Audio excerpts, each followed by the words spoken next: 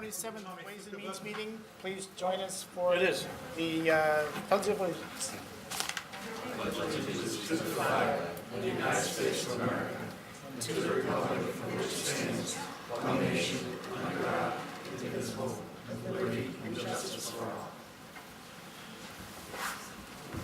Great, thank you. Good evening. Is there anyone here for public comment today? All right, seeing none. I'd like to move a couple of smaller topics up to the front of the agenda. I think the Historical Commission from Town Hall 2, ready to talk about that one? Sure. It's you, Phil, and Tom, right? Yep.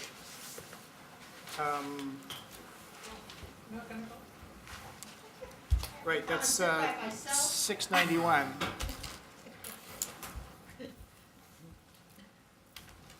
I usually have Mike with me. I know, you're solo tonight. Welcome. Can you just introduce yourself so people at home? My name is Joyce Fay, and I'm a chairperson of the Burlington Historical Commission. Great, thank you. Tom doing this? Great. Yeah, well, there we go. Okay, so the Historical Commission is responsible for the historical items in the town and also for residences that are considered historical.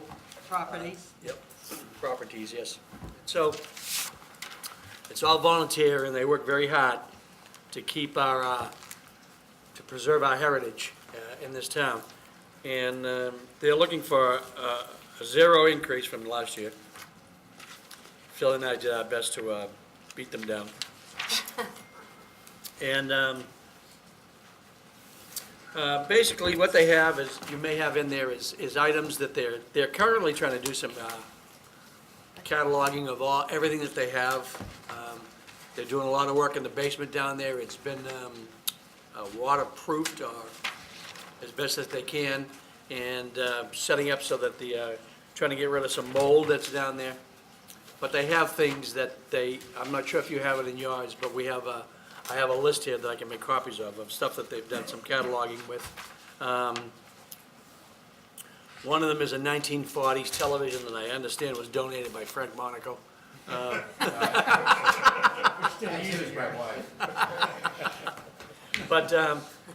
But they do have a lot of interesting stuff. I know that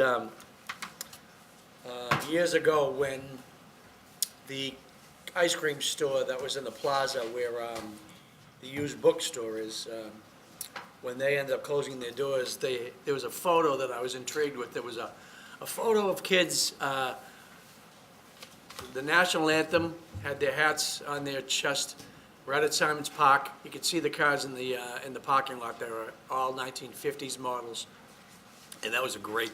And so she was kind enough to sell it to me, and then I ended up giving it to the Historical Commission, and they do hang that up on certain times. But it's a wonderful. They're having I'll let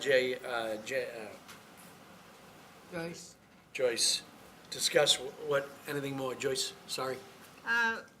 We are planning to have an open house on May 4th, that we're going to be inviting all the town meeting members and anybody interested in seeing what's over in the museum.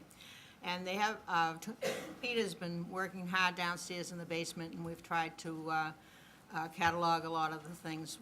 Our problem is that we don't have a lot of storage area, and so a lot of the items, large items that have been taken from the Grandview and other places are stored over to Clark and Reed. And so whatever's going to happen to that, we don't know.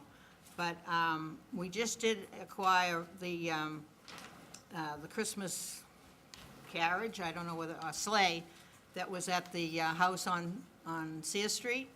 And so where we're going to put that, I don't really know either, but it's outside for now, and that was really nice that he would give that to us. So, and we were very fortunate with that house where it came up on the market to be turned into a daycare, and we wouldn't have had any chance to be able, even if we delayed it for 6 months, which is our only option on historical properties, but we wouldn't have been able to do anything about that because we don't have the money to purchase anything like that. So it was good that the resident came forward to get that and do it they're gonna do. Peter has big plans for a lot of things, which, one of them is a handicap access ramp that we're trying to figure out how that we can put it for the museum so that, you know, everybody can get to see the, all the items, so. And you have the list. There was one other thing I wanted to mention. We took the Hearth, 1810 Hearth paneling from 121 Lexington Street. You might remember last year, we were trying to save that house, and it's still sitting there, so I don't know what's gonna happen to it, but we weren't able to do that. So they did take the hearth paneling out, and if we have that restored and can find a place to put it in one of the town buildings, that would be nice. It's quite a large piece of paneling. And do you all have a list of the things that we have, or just Tom? I think Tom can circulate that. Right? Yep. Okay, I don't have anything else, so. All right. Was there a subcommittee vote? Shared Subcommittee voted 2-0 in favor. Thank you. Questions from the committee? Chairman, motion to approve. Second. All in favor? 1, 2, 4, 6, 7. Okay, 13 in favor. Any opposed? Abstentions? 13-0-0. Thank you very much. Thank you. Can we do Youth and Family Services next? Or you would like the Board of Appeals? Yeah, it's only $13,000. Okay, let's do the Board of Appeals, 176.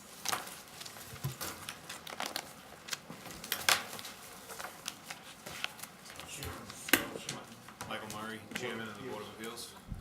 Greetings. With 201, this, basically, it's level funded and the expenses, $250 the rest is for, the secretary, so the budget coming in at 0. All right. Is there anything to add? Not really for me, this is my first year as chairman, so it's kind of a fresh experience for me going through this. Okay. Board of Appeals is working smoothly and Yes. great. All right. Questions for Goody? John? Thank you. Just curious, what's the level of activity this year versus last year? Are we getting more or fewer? Right now it's about in line. I think we've got more applications kind of coming in, but they ebb and flow, so it's hard to know right now. From what, I mean, I've only been on the board for about 1.5 years myself, so through my long history on the board, it's been about the same since I started. Anything else? John, Frank? Thank you. Thank you, Mr. Chairman.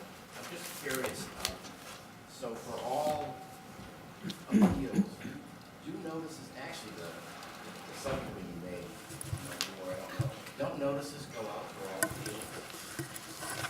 Yes, but I think they go out through the selectman's office, don't they? So this budget doesn't have to come to us each No, they're all noticed to abutters, registered mail, and go out through the selectmen. And The applicant pays. the applicant pays. Yes. For this. I see, thank you, because it's gonna be a significant amount of money. Yeah, we have a decent amount of applications. Okay, good to go. Other questions? Chairman, second. All in favor? 13 in favor. Any opposed or abstaining? None. 13-0-0. Thank you. Thank you. Thanks for coming by. Any other, so we should move up? As I suggested, Youth and Family Services. I think we should, well, how long is Doug going to be on the DPW? Yeah, we'll be last. Okay. They're not even coming until a little later. Okay, because Conservation, Board of, Conservation Planning and Youth Services, Mr. John, are all relatively simple, so Okay, if we could. then let's just do a top-down for those then. So Conservation, Department 171.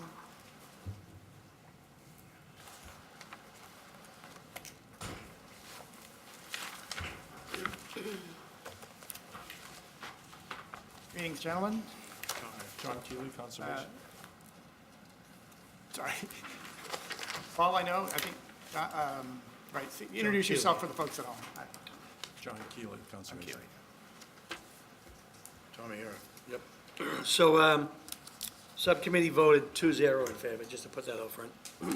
The overall budget increase from last year is 0.077%. And it's pretty self-explanatory. There's really no changes expected, no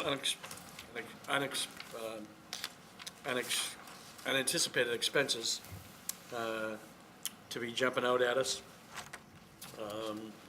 One of the things that we did talk to John about, because we had, last year at the conservation budget meeting, we had expressed some concern about taking care of our water system and making sure that it wasn't subject to any, whether you want to call it domestic terrorism or vandalism or anything like that.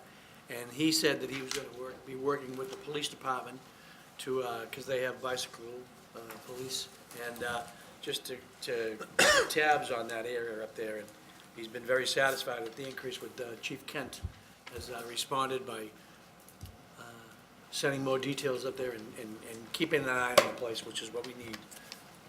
So, It's 1.52, actually. 7.7 was last fiscal year. I'm sorry. Yep. Thanks. My mistake. The increase is 1.52%. So, I'll hand it over to John. Do you have anything else to add? So it's pretty much level funded. The increases are really basically step increases for my assistant and my clerical person. Everything else is level funded. We have some seasonal positions, stream cleaning, land management, and stormwater interns that are paid out of 3 accounts. The stormwater interns are out of part-time, and then we have a land management and a stream cleaning special account. Those are programs we've been running for years and years. The stormwater is only like the 3rd year. All right, and anything else? Or if not, questions? Mr. Chairman, motion to approve. All in favor? Okay, 13 in favor, any opposed? Abstentions? 13-0-0. Thank you. Thank you. Thanks. Planning Board. Town Hall 2, Department 175.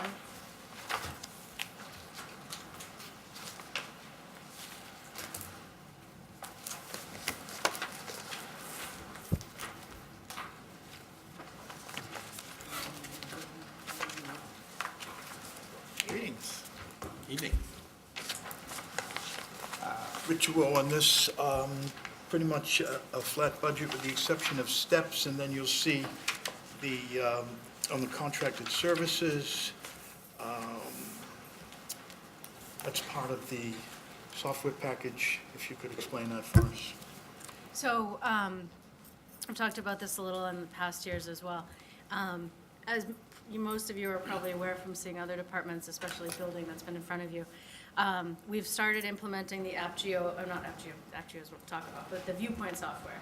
The other program, that Viewpoint will be for multiple departments, building, conservation, planning, and more as we continue onboarding. That is now sitting centrally with MIS, which I think we should have something sit centrally if it's being used by multiple departments. What we have that we started in 2017 was the online mapping program, AppGeo, which I did have a link in the cover sheet, but it's on our webpage. It's terrific. We've started putting in all the zoning layers with the new zoning maps. We put in the parcel data, water resource aquifer, and other layers that we've ramped up. And we've had a lot of success. We've had a lot of people call and say it's great to have all this information. It links to the property record cards with the assessor's department. But with that, we funded it through, if you guys remember, the GIS 2010 capital request. And we did the mapping, the precinct map, plus the implementation of this program. We used what we had left of that program, but there was 4,000 plus or minus left over that someone had to capture for this year.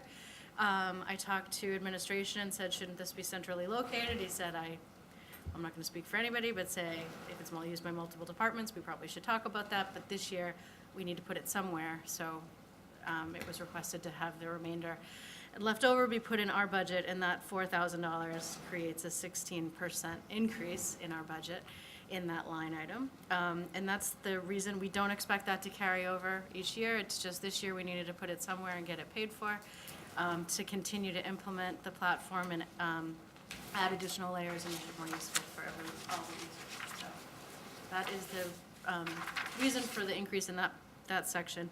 Otherwise, we're level funded with the exception of step increases. All right. Anything else or questions? Seeing none, a motion? Or did you have a question? Motion to approve, Mr. Second. All in Cool favor? things to talk about today. All in favor? Okay, 13 in favor, any opposed, abstentions? What else did you want to talk about? Since, if you want to give me the time. I kind of anticipated, because you guys always ask me what's happening and what's coming up and what do you expect kind of for next year, so I actually prepared this time rather than kind of,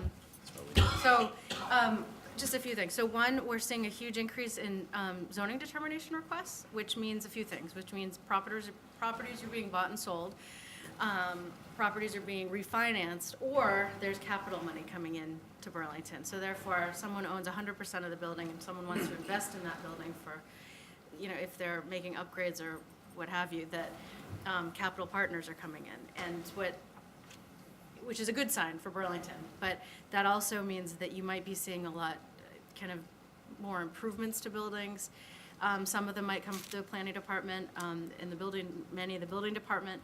But it's a good sign. It's a good sign that we're moving forward. But with a lot of the resident development community now is kind of capitalized within capital partners, with capital partners. So there's opportunities that we didn't necessarily have before when people were using all their own funds. So that's exciting, and what we're gonna see hopefully is to see additional growth improvement. The second thing, I went to a meeting, the Middlesex 3 meeting a couple of weeks ago, and there was the gentleman who was one of the heads of operations at Hanscom. And the one statement he made was, previously the military was always ahead of the game with technology and R&D, but now the private sector is ahead of us being Hanscom. And the need to partner with all our area institutions, they always have, but the need is so critical now. And mentioned some institutions partnering with Burlington and other companies and MIT and others, but those partnerships and connections, I think, are going to be important for how we continue to kind of stay relevant and important and really building that strong network. And the other piece, the Beth Israel Leahy merger, we expect to have additional R&D and additional kind of research potentially locate out here, as it's a lot cheaper in Burlington than it is downtown. And I could make a lot of other points. We do have companies that are kind of bulging at the seams. Desktop Metal is hiring people every minute, which is great. But we want them to stay here in town, working with them. And then the last point in terms of ways and means, that the building department does bring in a ton of revenue, and just a reminder that a lot of that comes through the planning department first. So, that's all I have. And to add to the town sorry. getting the money's worth out of planning, there's been a couple of projects that are slightly outside the planning board scope, but the planning staff has done yeoman's work in getting that done, such as the preparing for the life science bylaw, which would really be economic development planning, but we don't have an economic developer. And we're now wrestling with the 5G, and we just had a 2-hour meeting on that. And Kristen has been in the forefront of doing the research and getting very valuable information for us so we can move forward in that. So kudos to Kristen and her staff for doing all that work. Phil? Thank you, Mr. Chairman. Kristen, we did $378 million in value in 2018. You got any idea what we're going to add on for 2019? Depends on how many permitted unbuilt pulls the trigger.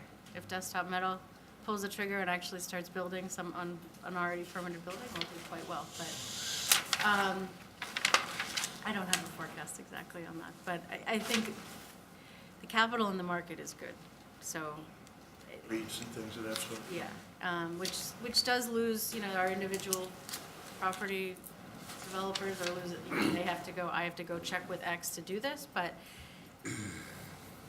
we're standing strong if people want to continue to locate here. And that was one of the biggest reasons why we wanted to make sure that we introduced the life science amendment in terms of diversifying space. We have a ton of office space.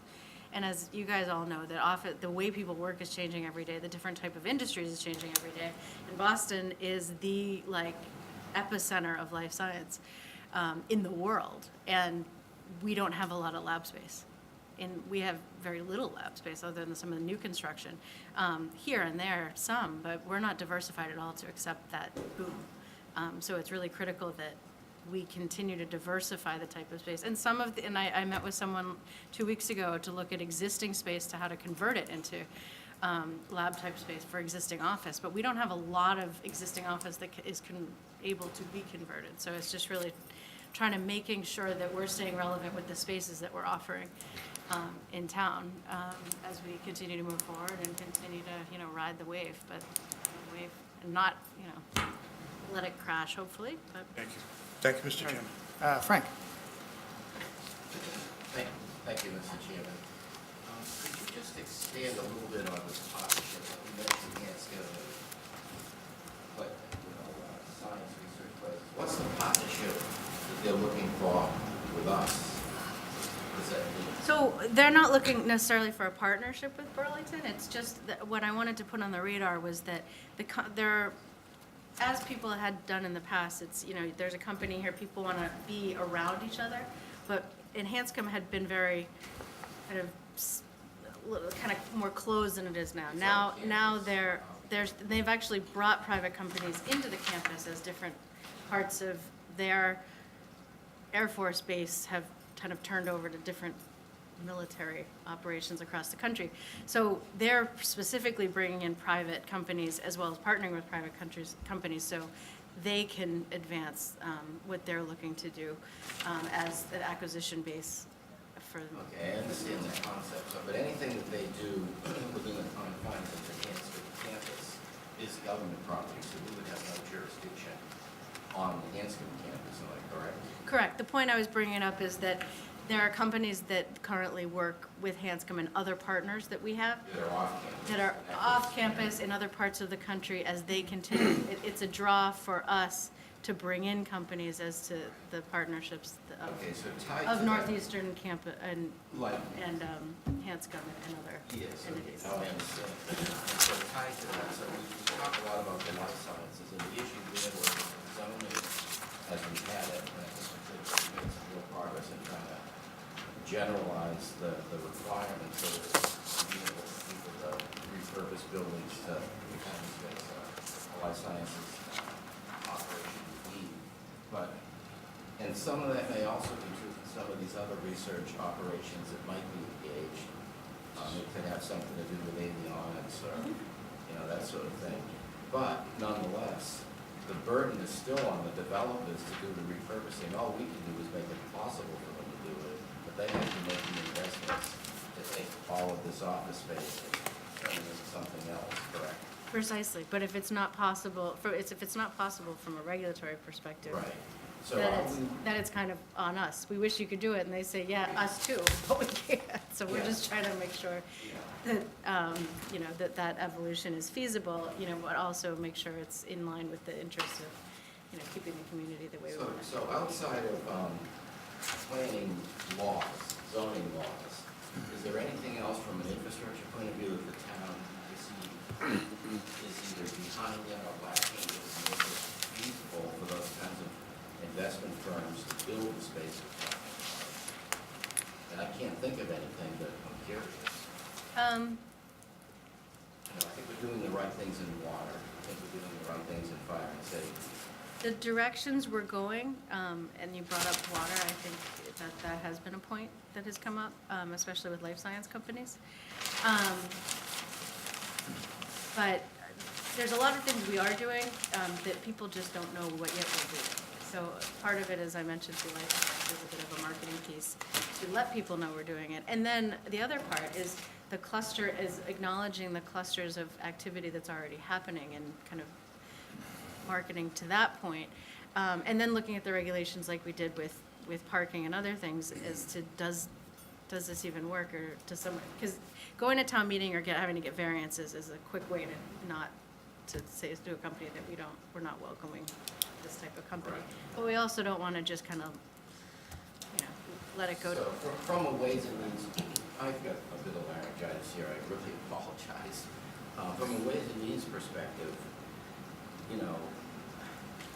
we can be more open to a progressive towards spending money on things that will pave the way for growth in the future, because the only way we can continue to stay as strong as we are today, to be in relative terms that strong in 20 years, is you have to keep investing in whatever the changes require.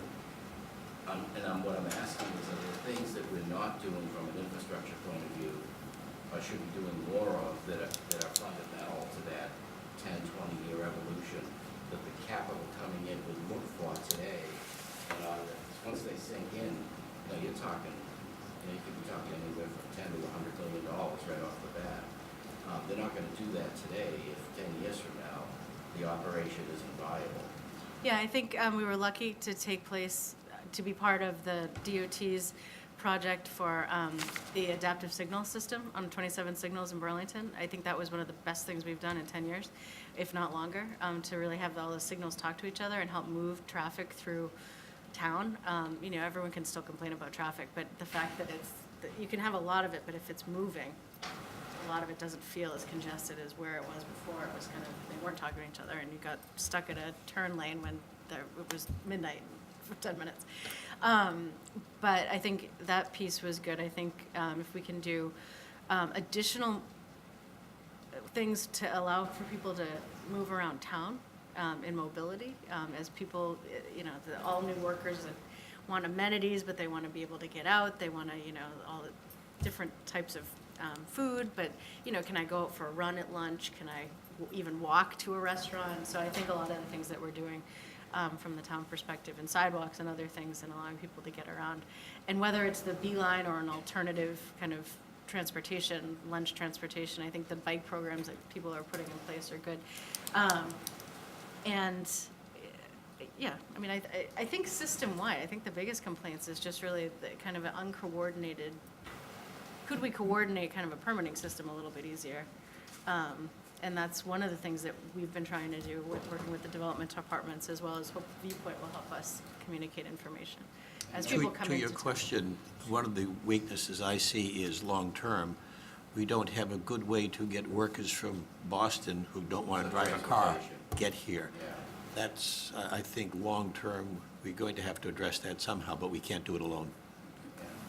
But we should be part of it. I know this year we put 10,000 to Middlesex 3 to try to, as part of the effort to try to get the late-night shuttles from Lowell to Burlington for hospitality workers. We have a huge problem with hospitality workers getting to and from Burlington.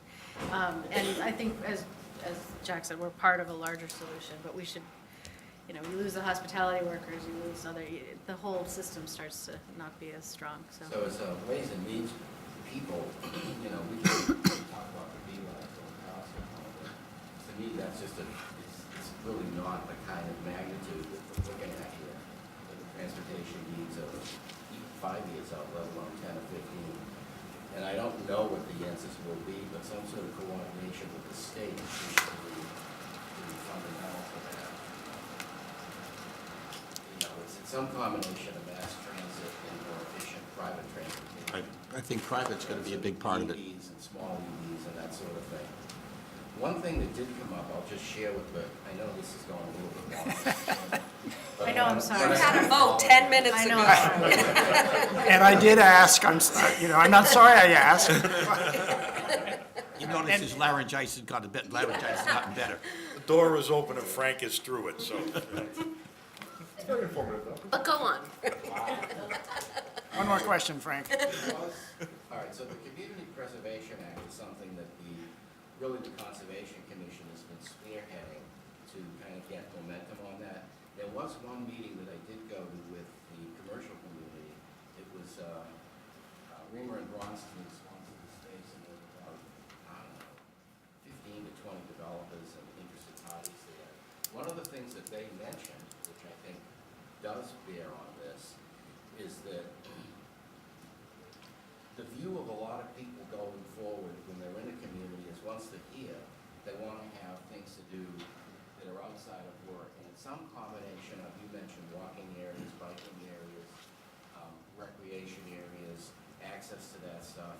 And to whatever extent we can make better access to the recreation areas and better recreation. I don't mean just soccer, it's all kinds of things. It's, they can bring their kids to work, or they can, get together with couples that go out and do something.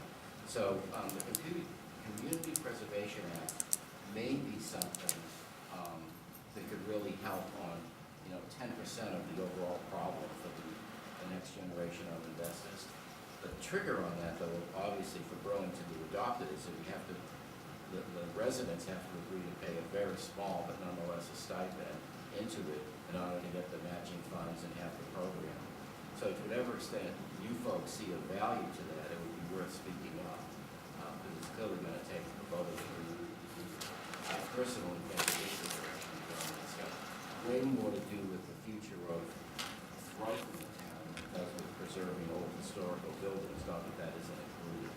So just throw that out. Thank you, Mr. Chairman. Yeah, and for the record, for open space, historic preservation, affordable housing, and recreation, those are usually things that, Burlington is an exception to funding recreation spectacularly, but usually things that it's difficult when opportunities come up, where, a property that you really want to have for conservation, or an affordable housing or historic preservation, as just recently mentioned by Joyce, comes up, there's no pot.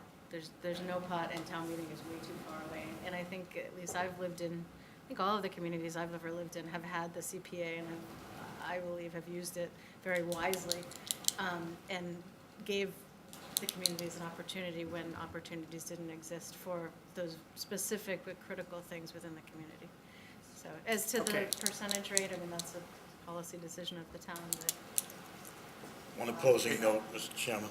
We got $20 million in the bank, and we want to hit the taxpayer up for another couple of bucks. It doesn't make any sense to me. I have no doubt that the discussion on the CPA will Will be come coming up back. again and again. I think the planning board is on top of all these issues. The master plan that is working its way also touches on all these issues, so the planning board is the place to go. And unfortunately, we have so much permitting going on that we're getting there. But final editing phase should be out too. Right. But thank you, I totally did not mean to take this much time, and apologize to Christine. Blame it on Frank.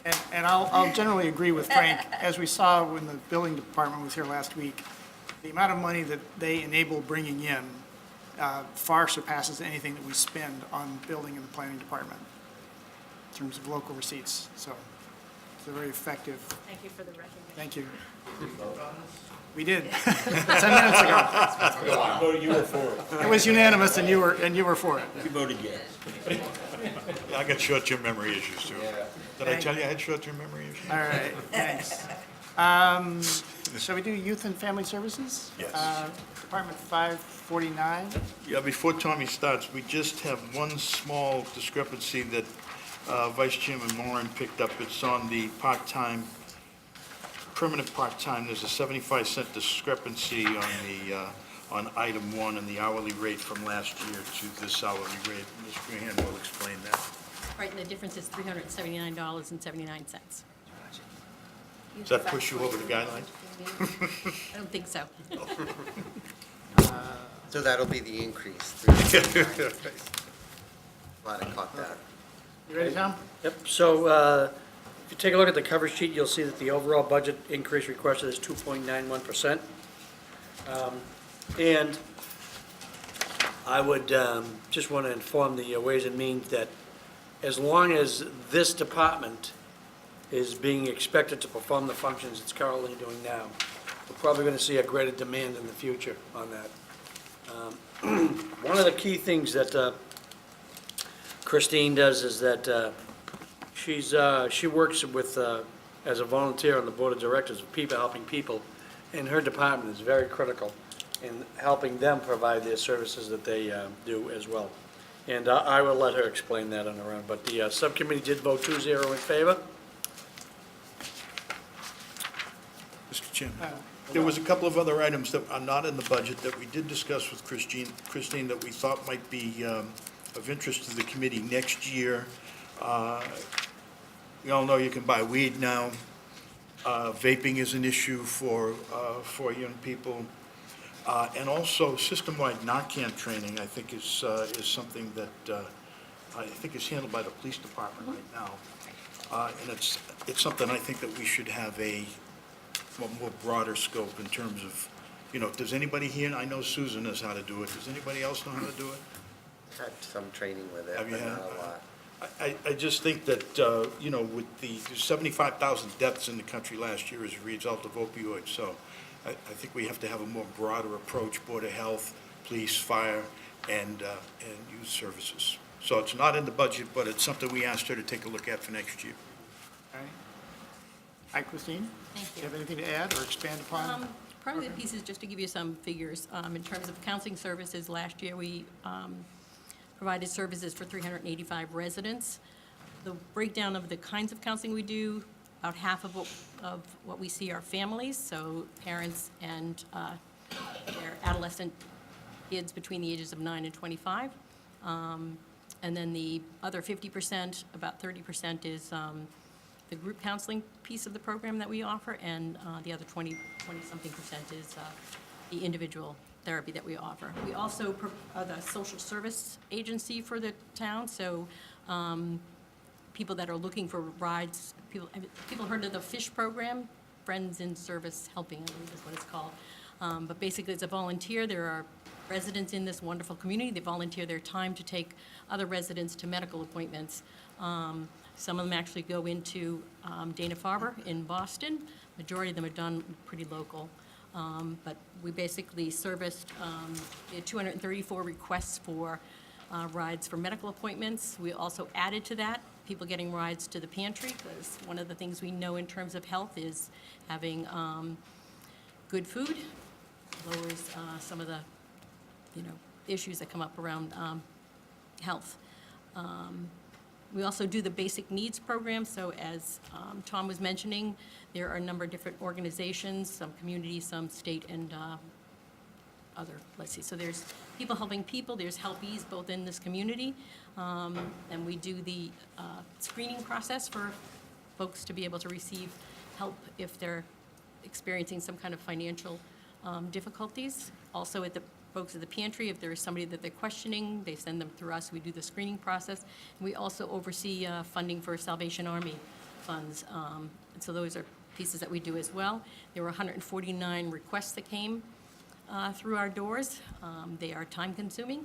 This year, we also added the fuel assistance for residents who are not seniors and not veterans, so anybody else that falls in that catchment.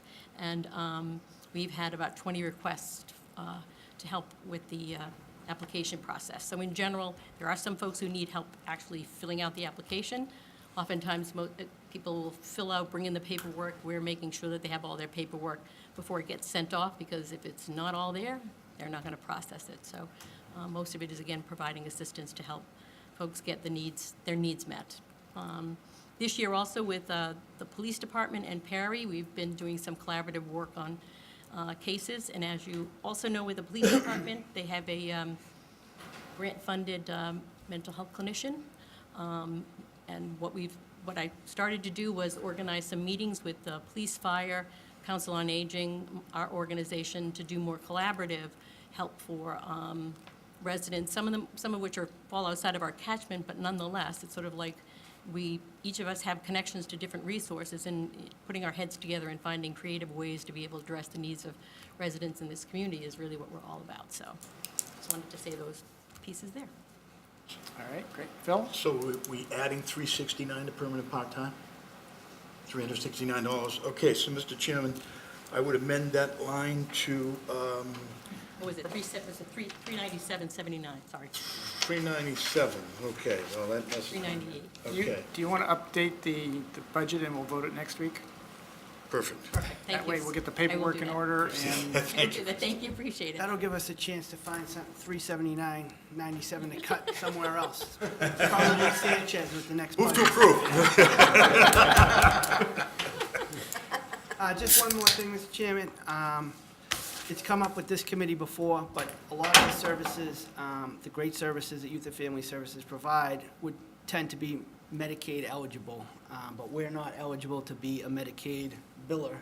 So Christine and I are going to try to work on that this year, just to try to see if we can find a doctor willing to put up his medical license for one of Christine's diagnoses.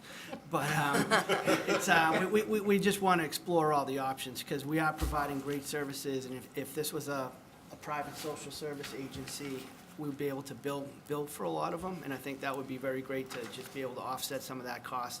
But I think the gist of it is we would need to have a doctor on staff, something along those lines. Correct. So I remember that was an issue last year. Correct. we'll try to explore all options as to whether we could partner with somebody or Do they, something along those lines.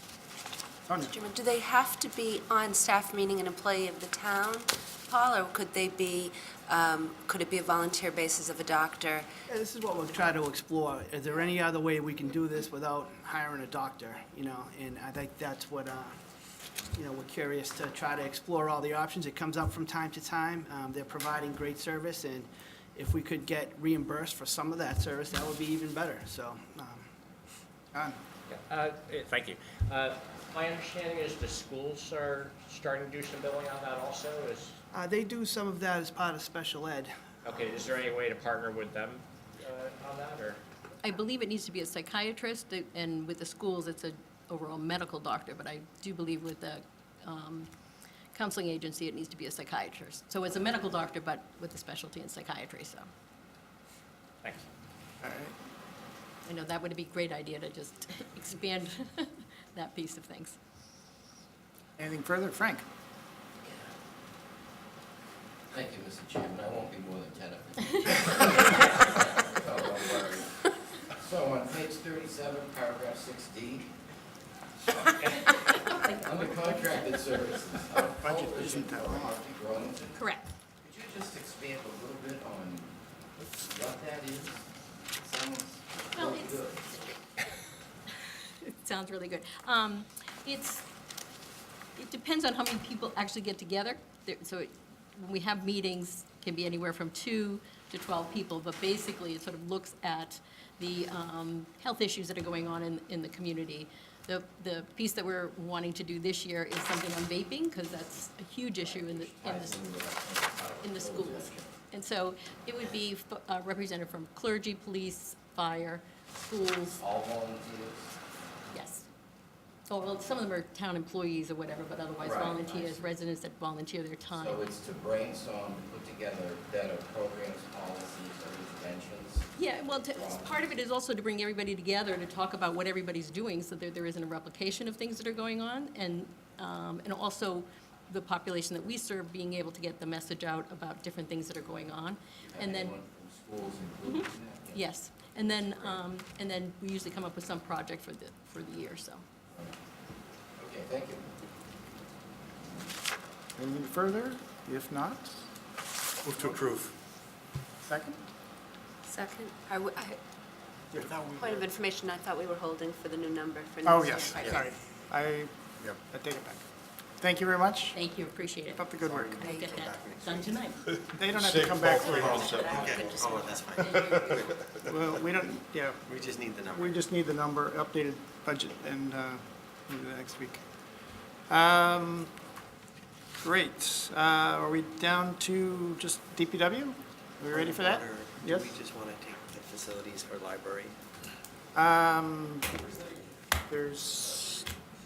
We got a bunch of small things. I think that'll wait. Okay. There's that's nobody fine. here for that, so. Okay. Yeah, we just need to vote it, don't we? Yeah, we just need to vote. We just need to vote it. Yeah, exactly. It's, I throw it in this last bucket on the end, but, no, it's a good reminder. Hello. Hi, John. Can you introduce yourself, so, Oh, hi, I'm Rachel Kaplan, DPW Operations Analyst. welcome. Doug, you on to give us the background on the DPW budget? I'll start, and then I'm going to pass it to John, because he does such a great job. So we're looking at overall 2.48% increase. Most of that is in a couple of things. We have an increase in part-time with the cemetery, and it's not a change in status. It's a part-time person with benefits, and they're just adding 5 more hours a week, I believe. So it's not going to change anything other than the 5 hours a week, but that is an increase that stands out a little bit. Other than that, we have some additional money with water purchasing. This is the first time that we're going to have money in the budget for purchasing water from MWRA as part of the long-term plan. And at this point, as it says, $48,000 of the $152,000 to purchase water will be transferred from the Water Stabilization Fund, which was created last year. And the rest of it should be covered by a reduction in the cost of chemicals and electricity that we would use to clean and prepare the water that we're not cleaning and preparing now with that money. We had a long discussion with about MWRA and kind of where we're at in that process, and John can maybe bring us up to speed. It's slow and tedious, as everybody knew it was going to be, and so that's something to talk about. As you look through, sorry about that, as you look through, we did have an increase in, it looks big percentage-wise, it's not really that much money for tree removal. We've talked about this before. We don't really have a tree removal department. Many towns do. We just kind of do what we can, and we contract a lot of it out, though. And so probably the increase means maybe 2 more trees can be removed this year. We still probably aren't doing everything that we should be doing for tree removal and tree care, but we're increasing it a little bit every year to try to do a little more each year. We have an increase in contracted services for well cleaning and sludge removal. Because we're down at Vine Brook, we're down 3 wells. And so we're putting a lot more stress on the wells that we have remaining, where we used to be able to clean the wells every 2 or 3 years. We now have to clean them every year, or we start to lose the volume that we can pump, and then that would put us in a bad position. So we're spending a little more money on that, and the cost of well cleaning has gone up. Garbage, you'll see that we added pickup. The selectmen added pickup at quite a few of the condos in town, and so we have a little bit of an increase in garbage costs. If you have questions, I'm sure John can go through, but that was a decision to make things a little more equitable. We have condos of the same style and type in town, that some of whom have garbage pickup and some of whom didn't, and they had to pay additional fees for their garbage pickup. So I believe the selectmen just tried to make that a little more equitable.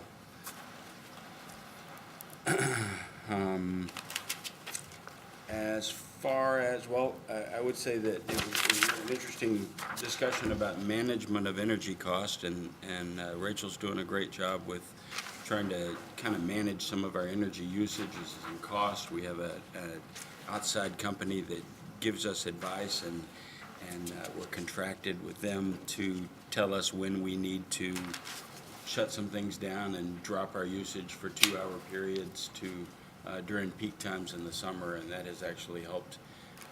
It's impacted what our rate is for the entire year. And so we're saving quite a bit of money that way, and she's starting to work with the schools to try to get them on board, because that would also be a place that we could save quite a bit of money just by these, concentrated times of dropping our energy usage and planning a little bit in advance for that. The other thing that we talked about, well, one of the other things or two were some of the capital expenditures that were voted last year, just as an update of where we're at. The Pine Hill Cemetery, Pine Haven Cemetery that had damage from a fire, that work is 99% complete. I'm just waiting for good weather to finish the outside painting, but otherwise it's good. And the Mill Pond, the auto sludge remover that we approved last year, is in the development stage right now, and Hopefully, they can get it done this winter. Kind of depends on a little bit the availability of water to be able to shut the mill pond down for a time period, so.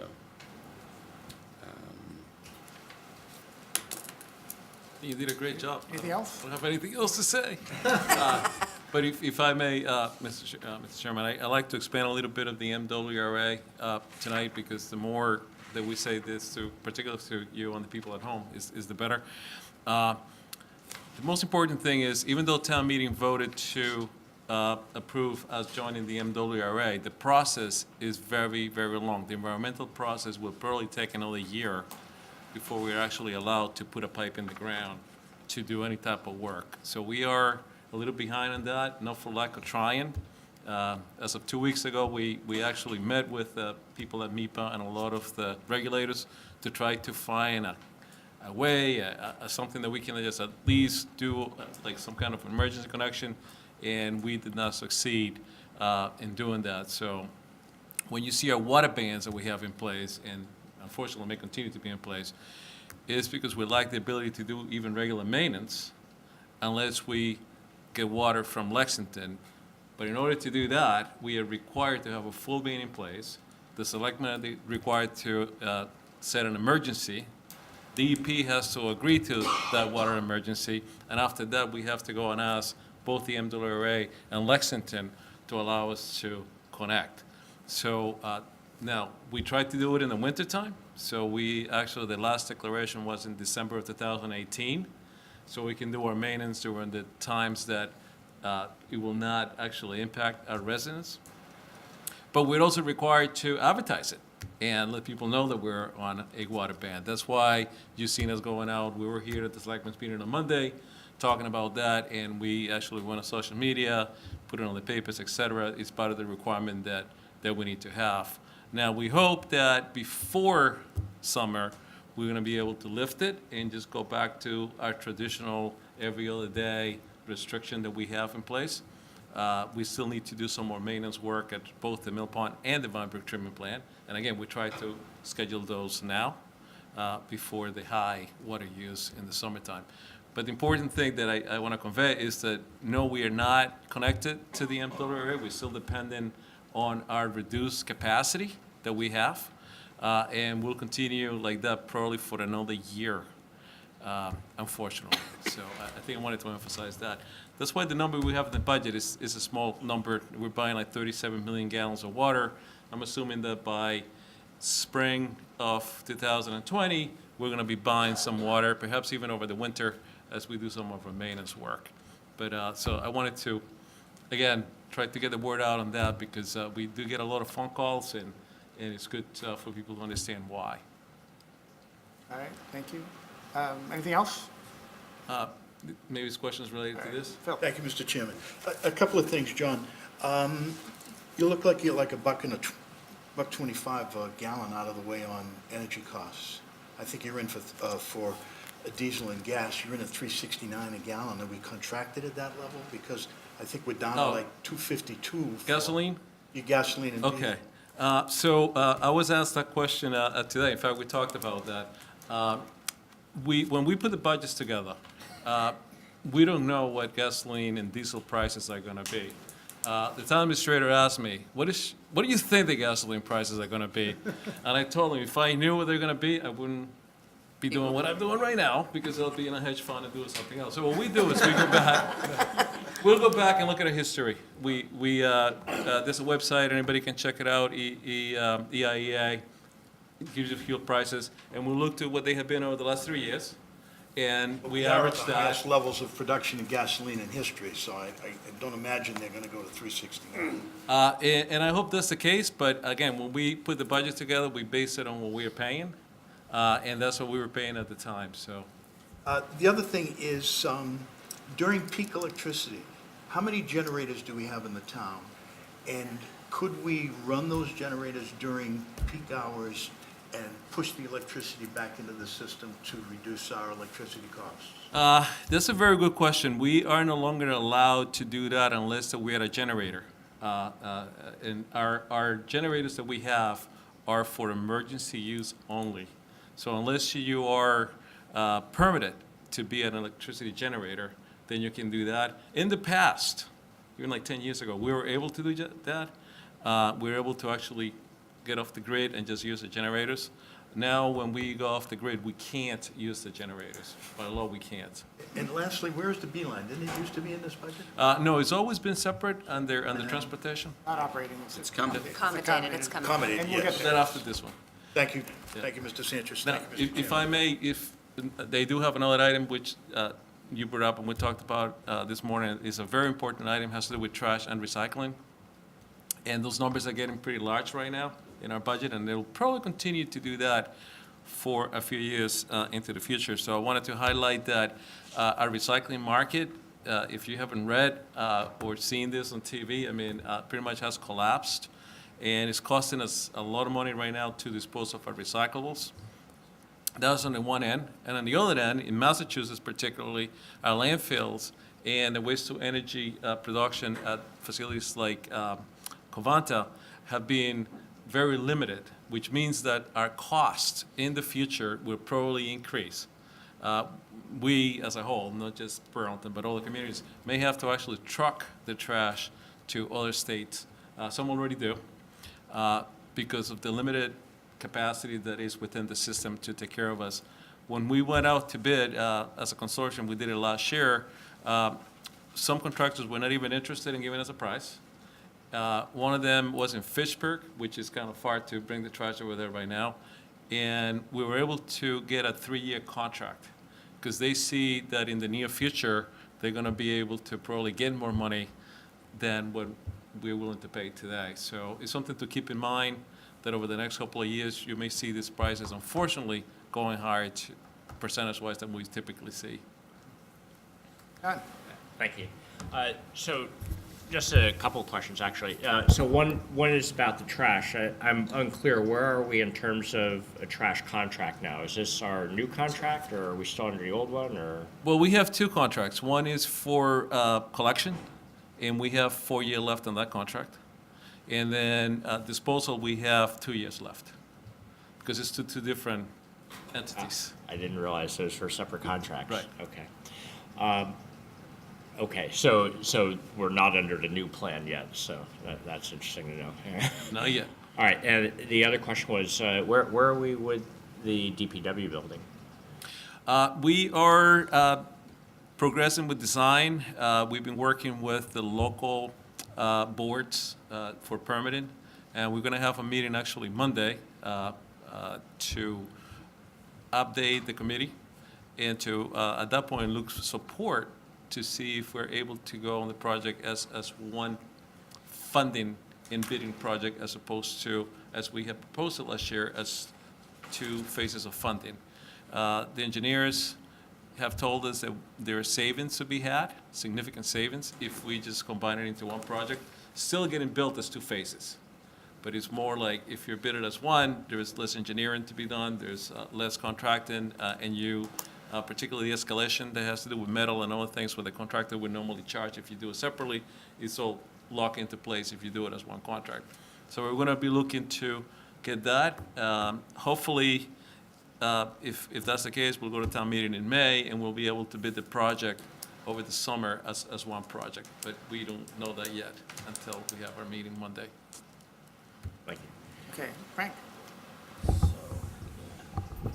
You two should just keep that microphone. Yeah, I guess so. We'll Does that share work here. for you guys? Yeah, we're good. Okay, all right. I can talk longer this way.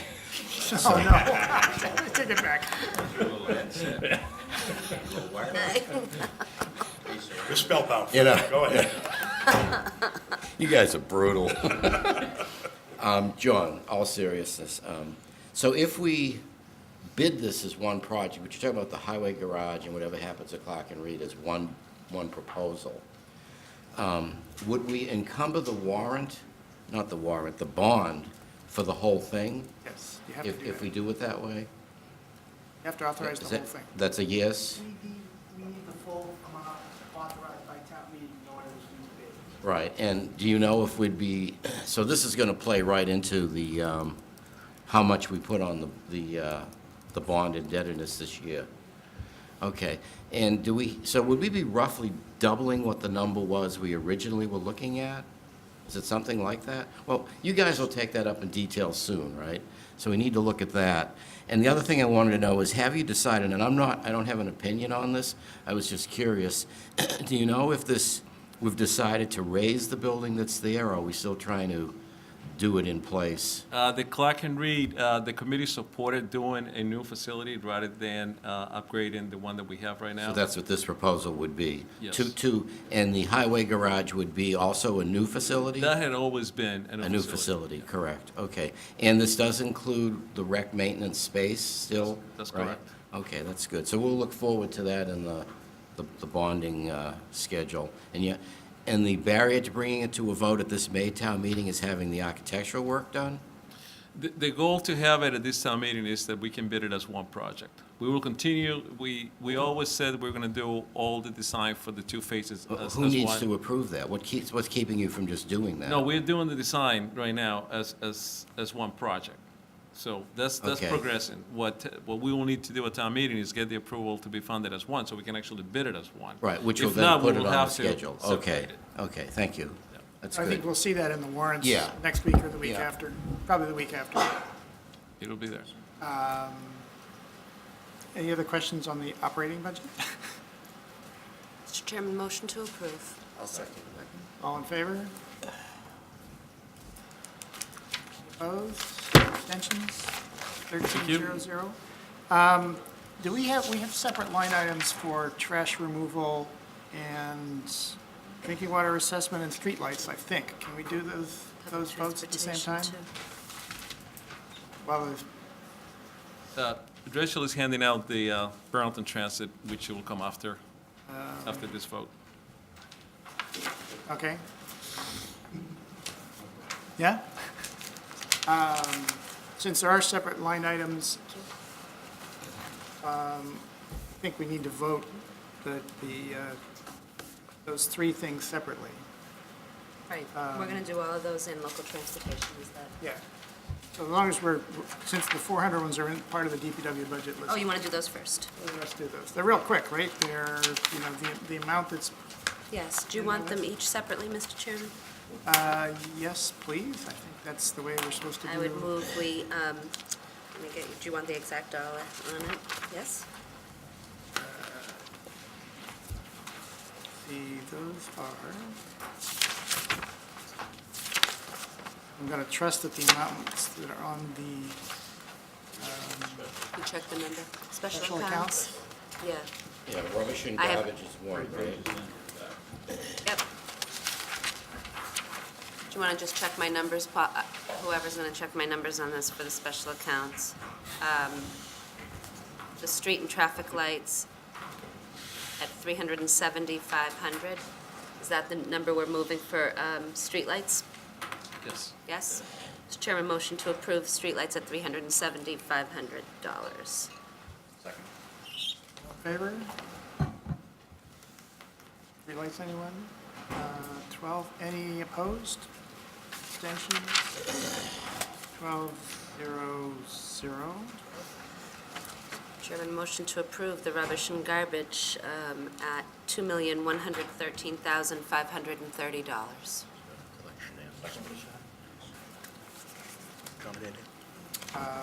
All in favor? Opposed? Abstentions? 12-0-0. And there was a drinking water assessment that's also in the accommodated accounts. Is that right? Chairman, motion to approve the DPW drinking water withdrawal assessment at $15,000. Probably heard a second, but I didn't. There was a second. All in favor? Discussion on that for just a second, Oh, Mr. yes, Chairman? sure.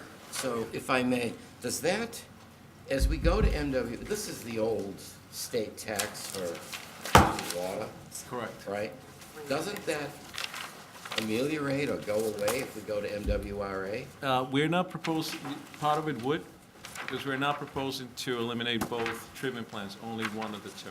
Right, so in FY '20, you don't think we'll buy MWRA water in a way that we can claim a reduction in our own generated water? Correct. in 2021, can we? or We 20 may at that point. Our plan is to start increasing the amount we purchase Right. over the next few years. So that number, the $15,000, Yeah, will I know probably it's, get reduced. I know it's not a big number, but from my point of view, that's nothing but gouging by the state. The sooner we make that go away, the better, because we get nothing for that, as far as I'm concerned. What does the state do? Regulations. Yeah, great. I get another book to read. Thank you. So vote on, for drinking water assessment at 15,000. All in favor? Opposed? Abstentions? 13,000. All right, I think we could press on to Burlington Transit. Is that what you had in mind? Yes, I think that's the last one for John. You want to present Oh, on that? hold on a Yeah, second. whichever. Is it on the DPW? Yes. Okay. John? John, I'm just curious as to, I know that a few years ago, you were given the responsibility of taking care of the facilities in town. I was just wondering if you could let us know how you worked out with the library and the historical museum. What's been done or what's anticipated? On both projects? Either one, yeah. I know we had some serious problems in the library, and then we had obviously some flooding going on in the basement of the historical. Yeah, so on both, and I'm going to start with the library, and I wish that Lori was still with us, because she's used to be more, better at explaining how satisfied she was with the changes that had happened in the library over the last few years. We've done a lot of work in there, from addressing the HVAC work to some of the more miscellaneous work happening, and this current year, we're going to be asking for a new roof for the library, so, but on the day-to-day, we've been doing a lot of roof patching, compressors, fixing, taking care of some of the flooding we had in the basement, so, took care of the problem with the elevator. They used to get very, very, very cold in the wintertime. I mean, there's a lot of miscellaneous stuff that we have worked on, bathroom upgrades that we've done, but I think that, I mean, obviously, I'm going to say how great we are, am I right? So sometimes it's better if you even ask the librarian, like Michael is now the new director there, and he'll be able to tell you if they like what they do or not. As far as the museum at the corner of Cambridge and Bedford Street, we took care of the issue with the flooding in the basement. Did a lot of work there, including some pumps with backup batteries for them, regraded the driveway, did other things to keep the water away from it, and they haven't had an issue since we did that. But that goes back a few years since we did that. So, Yeah, I think when Michael was here, he did appreciate the work on facilities and that things were in good shape, if I remember right. All right. thank you. I would touch on one more thing, just that we talked about, and I want to remind everybody, a few years ago when John came before town meeting and talked about the program to replace all the streetlights with LED, and he promised us that the savings in electricity would pay for the program. And I just want to acknowledge that it was true. It is paying for the program. And the savings that we have there are substantial, and they're supporting what we did.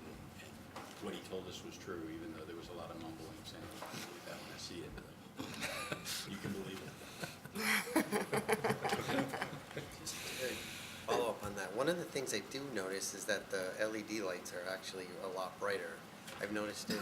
I'm assuming that the school parking lot has also been done with those LED lights. The school parking lot is. High school specifically. Yeah, does not fall under my purview. Oh, that is not, okay. No. For the regular streetlights, I will tell you that we replaced, is it 4,000 streetlights? Remind me? So I have the number somewhere, but I think it was like 4,000 throughout town. And we received 2 phone calls on it, and the 2 were very similar. It's like, I used to like the old light because it used to light my front porch, and the new light stays on the street.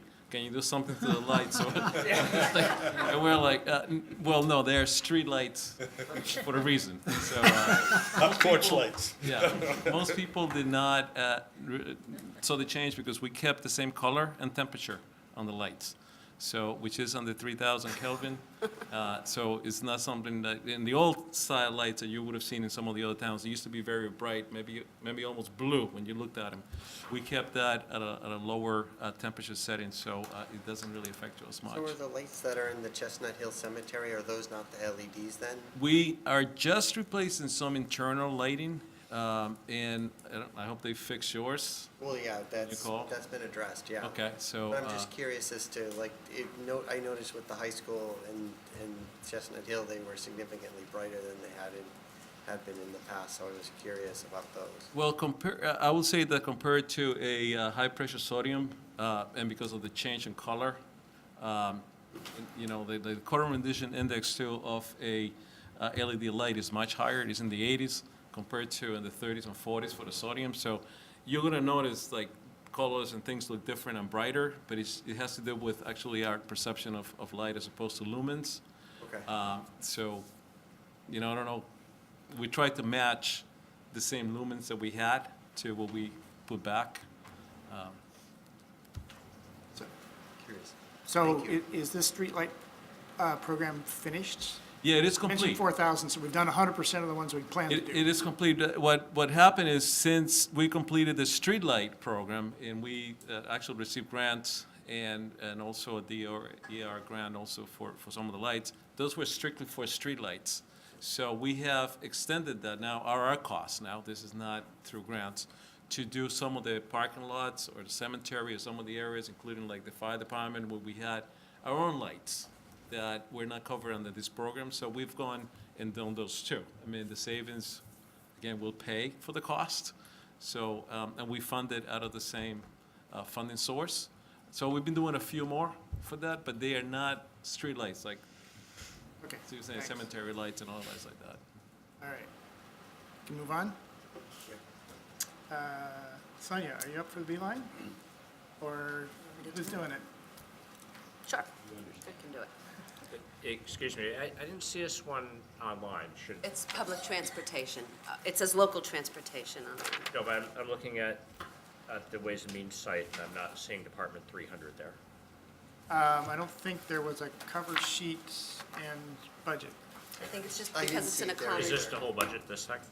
This is the material we're being, All right, so I'll backtrack for you. It's an accommodated account. It's a line item usually. There is not a budget that attaches to it because it's within the DPW. So it's a line item that is within accommodated accounts. That's it. What was just given to you were just the numbers so that you could follow through with us while we're giving you the less than exciting news. Okay, so I'll try to be brief on this. I think a lot of us know the public transportation story, a bleeding thing in both at the MBTA level and at the local level. But for those that are new to the committee, the discussion has always been about local transportation and whether or not Burlington continues to provide because ridership continues to decrease. I think last year, if you all remember, we discussed at town meeting that, to John's credit and his staff, they were going to look into other options. The past 4 years, we have been adding $50,000 in. We have been supplying $50,000 for public transportation. The rest of the funding was coming from the revolving account. So the revolving account would always have the money that would be collected from fees, money that would come in from the subsidy from the MBTA, and whatever savings from gas and things like that have been there, the revolving account had money that we only needed to subsidize that from a raise and appropriate level at $50,000 for the past 4 years. But just as a point of information to everybody here, to run one bus for a year is approximately $135,000. If you remember 2 years ago, we took, really more than 2 years ago, we took a 3-bus system and took it down to 2 buses. And we took a couple of years ago a 2-bus system and ran it down to 1 bus. We did that for 2 reasons. Again, ridership continuing to decrease. It's not fiscally responsible to continue to run the buses the way they were. Unfortunately, it's a double-edged sword because as you continue to change the route and decrease the route, the ridership decreases even more. I'm going to try to do this, John, and interrupt me if I do it wrong, but I don't even want to take credit for this. This is really good work that happened at the DPW level with a few communities. In particular, Lexington, Bedford, and Burlington had been meeting over the last year. Lexington applied for a grant that they were given. That grant allowed for a consultant to come in to give different options for local transportation. By the way, folks, we should be proud of the fact that Burlington, for a number of years, has done this. There are not many communities left that are doing this local transportation. And in this area, really, Lexington, Burlington, Bedford are among the last.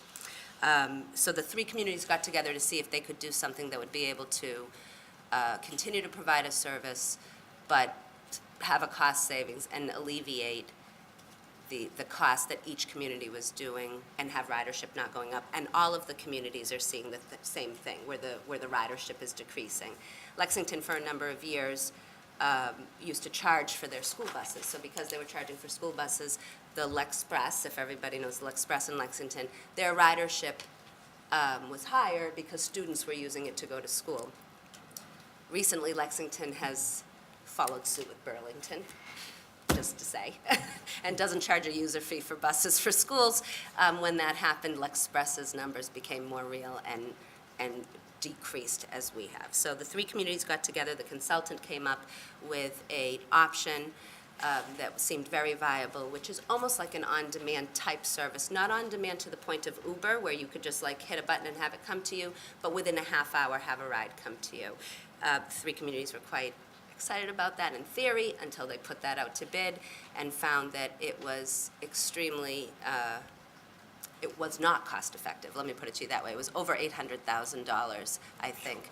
So that was a heavy number, and when you divide it out amongst the communities, it still wasn't really a cost effective measure. So a year's worth of good work, unfortunately, ended up with a bid that wasn't really favorable. One of the communities did not want to step into that. One of the communities is very comfortable with their public transportation thing, and then, you know, Burlington is seeing our numbers doing what they're doing, and you can see the numbers, they are drastically decreasing. So we could talk about this until we're blue in the face, and you know I have, so I'm going to try to cut this one down, but the truth of the matter is we know that there is an end coming to the public transportation service the way we see it now. What the administration talked about is, you know, is there another viable option? And in the current state that, what we still call the B line, what your line item says is public transportation, the answer is no, right? And really what it is now you have a select amount of residents who we are basically serving some form of notice to, quite frankly, that this could in fact be the last fiscal year that we're funding Burlington Public Transit. If a miracle happens in between that year of another type of a program that could happen, you know, we are certainly not giving up on that philosophy, but we want to be realistic so that we're giving the residents who still use it, and that number has decreased absolutely, you know, a year's time to understand that we need to get them to a different option. There has been discussion of vouchers, there have been discussions of combining an effort with the Council on Aging and talking about, you know, doing something that is an on-demand type service but is going to be done within the community as opposed to hiring a contracted service to do it. You know, then it just becomes logistical of, you know, can we in fact have a couple of vans that are within the town. You know, Marge McDonald has gone on record, so I don't think I'm speaking out of school at saying she's happy to talk about that with us. You know, can we in fact tie in those things? But again, for anybody listening, that does use it or knows someone that uses it, please understand that's not a promise. That's something that we're going to try to look into. What this committee should know is the $120,000 that we're asking, while it seems dramatically higher than the last 4 years' number in local transportation, it's because you're really funding the final year and the revolving account has dwindled to the point. FYI, and it's on the first page that John gave you, even with my glasses, it's a little, so hold on a second. You can see Mbta subsidies. They actually increase a little bit every year in the fiscal years. I believe this coming fiscal year, the expected amount would be that $42,952. That's correct. Is that right, John? That's correct. So that would be the number that's coming in. You know, And again, folks, we can break this down into 12 different ways. How much is it a ride? Is it cost-effective? It's never been cost-effective. It's been about serving the community. And I think those of us who've known of how much we've tried or how much we've spoken of the public transportation system, you know, it doesn't feel good to say this out loud, but truthfully what's happening is there comes a point where it's just not fiscally responsible. But it's also not responsible to the people to use it to just pull it as of this July. So what we're trying to do is give people a full fiscal year's heads up that they have a year to try to find another form of transportation. And in the meantime, if in fact something can happen where we do a joint effort with another department and do some form of an on-demand system or some sort of a voucher system, that's what we would be presenting in place of local transportation for the next fiscal year. Subcommittee voted 2-0 to move the number of 120,000 for this year. What did I miss, John? I think you did very well. There's nothing else I'm going to add. All right. Tom, questions? Thank you, Mr. Chairman. Have we tried to ask for any help from the state to come in maybe with some of their experts to give us some advice? Do they have any suggestions, or do we know? So what we've done, Tom, is part of the work that we did through the consultant was exactly that, looking at all the possibilities, including, we didn't have them per se coming in, but they have talked to people at the MBTA, and the conclusion was that the easiest and best way for the town was to do an Uber-like system, but the cost is just prohibitive. If anything, I think that the MBTS will be very happy not to, for us to have a service anymore here, because it's even been talked about pulling some of their buses that they run into Burlington, pulling them away from there. Well, the MBTA can't run anything well, so, Unfortunately. That's why we don't need their experts. you know, really, you could be right there. I'm just wondering if, do we know, or has anybody done any research of other communities that are doing it and have it being successful and not being cost-effective? Is there enough research out there to be able to inquire in that? Well, this is, when we hired this company, was exactly what we were hiring, people who do this throughout the United States. And the systems that actually they were proposing, they've been testing them out in both Arizona and California, because this seems to be like the type of things that it's, public transportation is not being used like it is perhaps in other countries. I don't know if it's as baby boomers age, I don't know what happens to be, we don't know the real cost of it, but, so we're looking at those options that may be, and I don't want to use the word cost-effective, because public transportation is, you're never going to make money on that. You know, it's something that governments have to fund, but at least not make it as expensive as it is today. In the sheet that I provided you, we're estimating that the cost per ride this coming year will be about $14 per ride that we give within town. And to us, that's just way over what it should be. But Thank you, Mr. Chairman. You know, the ridership is decreasing because it's not going where you want to go, okay?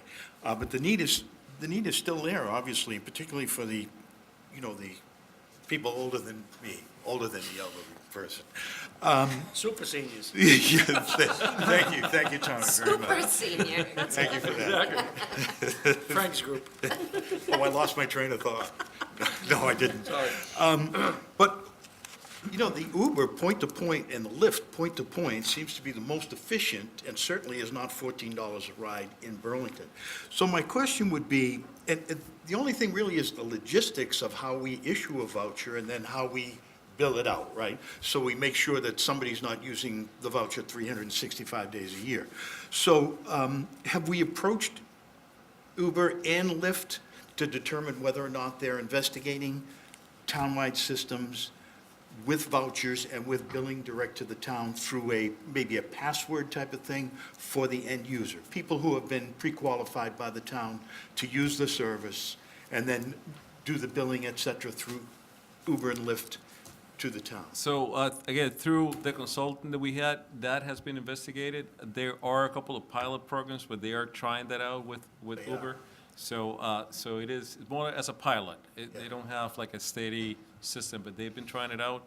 And that's part of what we may think about this coming year, if we were to try anything, and what I suggested in the administration is supporting this, I think we should do it as we still have a bus running in the town. So we should do it concurrent to what we're having, as opposed to stopping one and starting the other. So those are the things that we plan to hopefully look at and have something before the end of the year. Because I think the maximum price for an Uber ride in Burlington from one side of the town to the other is something like $6, isn't it? Yeah. Other than demand pricing, but yeah. Oh, demand pricing. Well, Don't if forget we that. but if we had a contract of some sort, even if we collected a number of drivers that live in the town and offered them that type of a program independently, perhaps that might work as well. Thank you, Mr. Chairman. Thank you, John. I was just gonna say, we did talk about that a little, and one of the barriers to that is the same population of super seniors are a little hesitant to use smartphones and to use apps to schedule, and so that's intimidating to them, the way these programs are all set up. But you're not. Next year, you're not going to use that. Turn it on. Oh, yeah, I gotta turn it on, huh, Doug? I like to wave it around, just to show I'm hip. All right, so I think this is, well, anyway, I'm not supposed to have too much of an opinion here. No, Are there and other if- questions? Or If I can just add, because Phil's comment is absolutely right. I mean, there is a need for it. The problem is it just comes to this point where it's now just cost prohibitive in this. And John's statement, I'm glad you said it because I forgot to say it, quite frankly. The whole purpose is, A, you don't pull it out from under them, in 3 months' time, but B, to give us a year that if in fact there's some sort of voucher type thing that can be done, you're overlapping them so that people can get used to it. I think the idea of doing something with another department is a great idea, but that's not something you can just flip on a switch with, right? So I think the concept of the Beeline as we know it now is going to end by next July. But if we can do some form of public transportation type thing that would help the residents, wonderful, because we know there's actually a need there, but just the numbers are showing, and I'll say this again out loud one more time for everybody, that number issue for local transportation that are done by municipalities individually is declining in every community that's doing it. So this model of public transportation that we've been using is going, and it's time to just adjust it. Mike? Thank you, Mr. Chairman. So I was just trying to imagine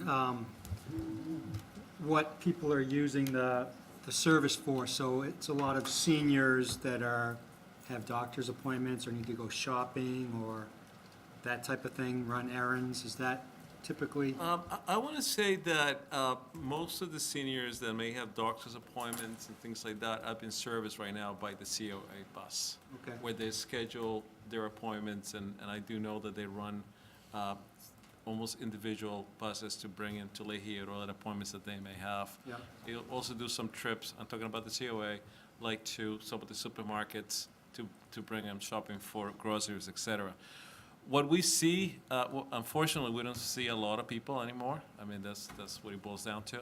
But I have actually taken the bus a few times just to see what we see in the bus. And we see a few people in the morning that actually take the bus to go to work. Okay. Some are not able to drive a vehicle. They're not necessarily elderly people, it's just that they have disabilities of different kinds. And then the occasional passenger who, I hate to even say it, but it seems that they just go out for the ride because they just get in there and they go all the way around. And we ask the drivers, you see that a lot? I said, yeah, we see people that like to get out of the house and jump in the bus. Scenic Burlington Tours. Where's the brochure? But mostly people that go to work. We see people that go to the mall or some of the market baskets and stuff like that. That's what we see. So And that's that why our would- That heaviest. would not be the seniors, that would be other types of people. Okay. Other. But we do see seniors also. I'm just trying to we see the most of. Okay. in I was the few that I was ride. just thinking down the Cape where my mother lives, or used to live, they have a kind of like a volunteer thing where you schedule in advance and there's a group of volunteers that provide that help for elderly. I don't know if that's been anything that's been considered, but I guess you gotta take a look at the people using the service and what they're using it for, and maybe it's not the same answer for all of them, but you can service some of them in some other way. I think Susan from Youth and Family Services mentioned a program called FISH, which is a volunteer program to get people where they need to go. Yeah, okay, But, so there is something like that. It may not be broadly right, applicable. yeah. It's another idea. Anything else? So we're voting on $120,000 to support the Burlington local transportation. So moved, Mr. Chairman. Second. All in favor? Opposed? Abstentions? 12-1-0. Thank you very much. Thank you. I was going to say, who wants to go next? We go Middlesex Retirement. Frank, Yep. you up for that? Yep, let's get it done. Okay, thank you, Mr. Chairman. So this is the Middlesex Retirement Fund, the pension. I don't believe there's anything in the budget book for this, right, Paul?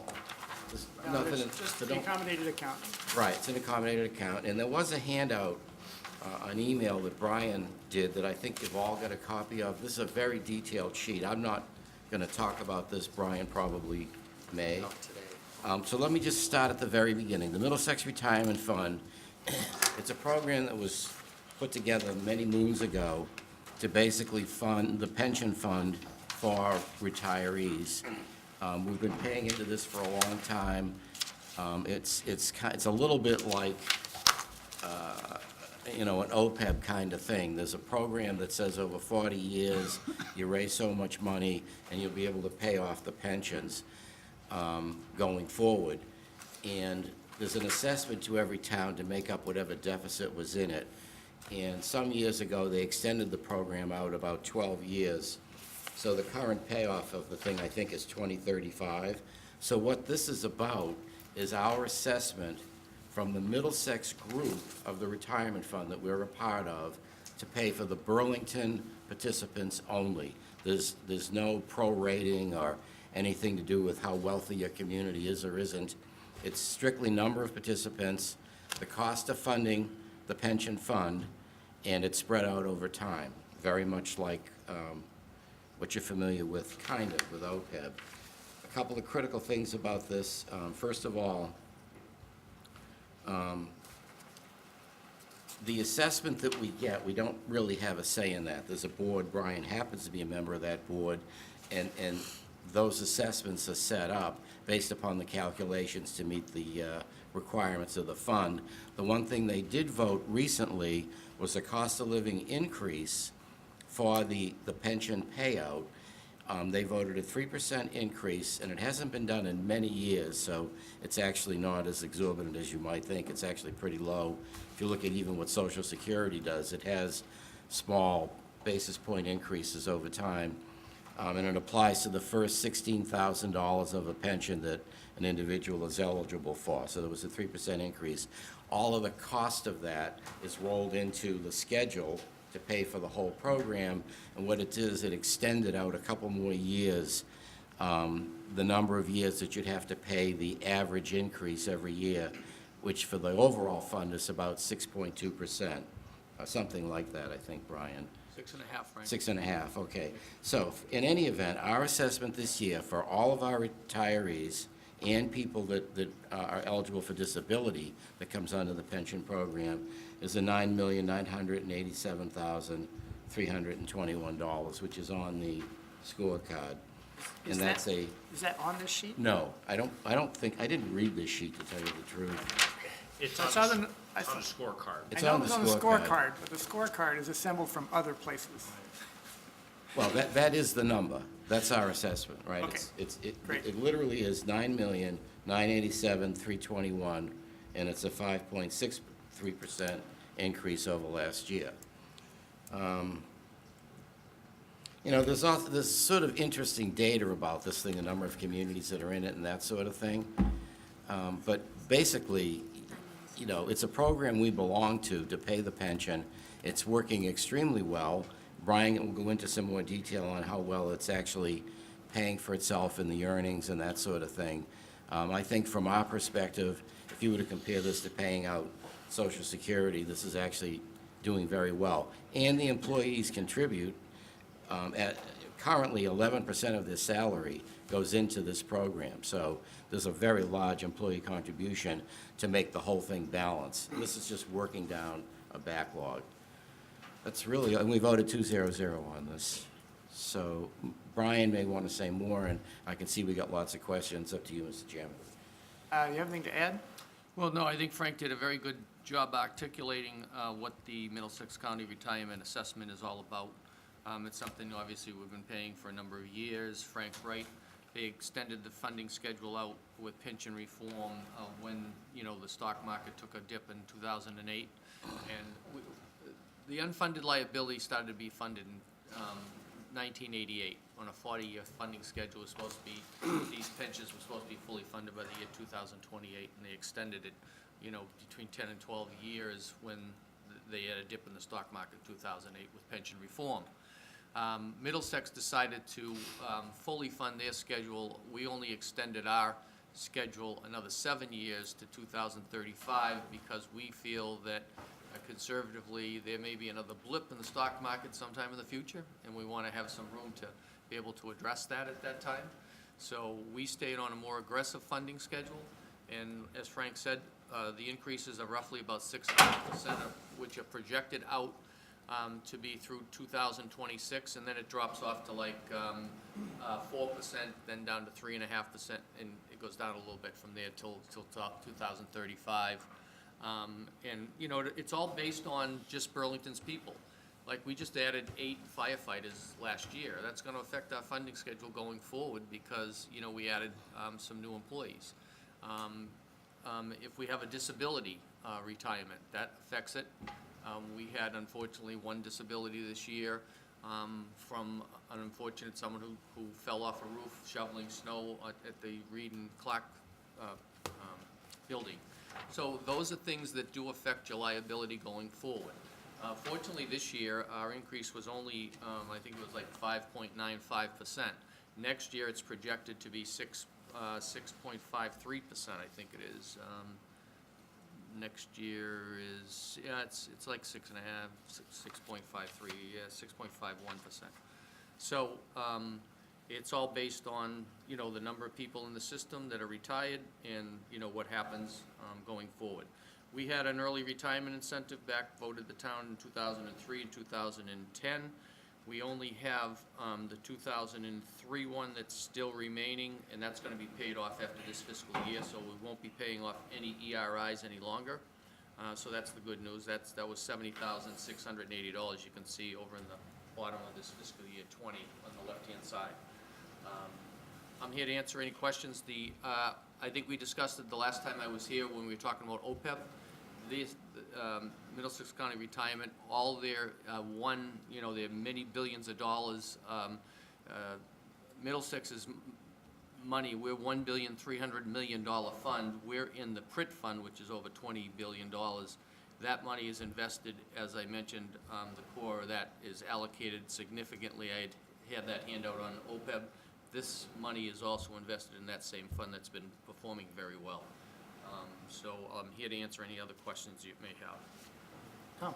Thank you. Thank you, Mr. Chairman. Brian, on the sheet I have, it says unit results. Yep. Number 5, actuarial accrued liability of $213 million. Is that for Burlington or is that for Middlesex County? That's for Burlington. Oh, really? Yep. Wow. And that's made up of those 3 numbers below that, Tom. Okay. See the 3, the 105 retired participants and beneficiaries, active participants, and then inactive participants. Those 3 numbers make up the 213.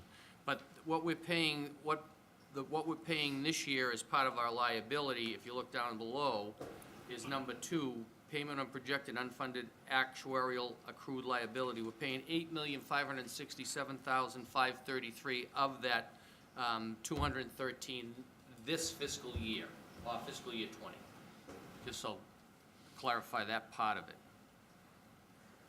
So basically what you're saying is this fund is not as in trouble as OPEB was.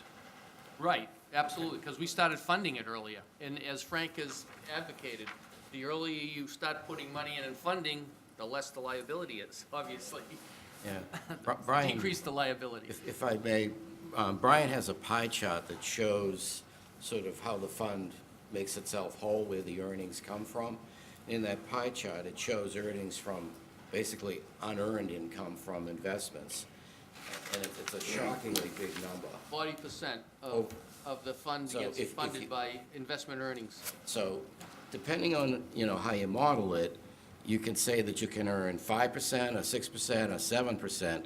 The point is, over long periods of time, and this one will go 35 years, I guess, it's a very big savings if you've got enough money in it long enough. That's the point. And this schedule, they actually have a higher tariff in the early years that drops down.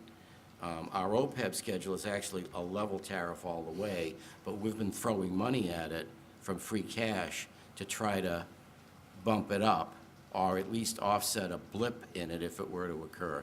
So it gets a little complicated, but the answer is the earnings have been very good in this fund, remarkably so, I think.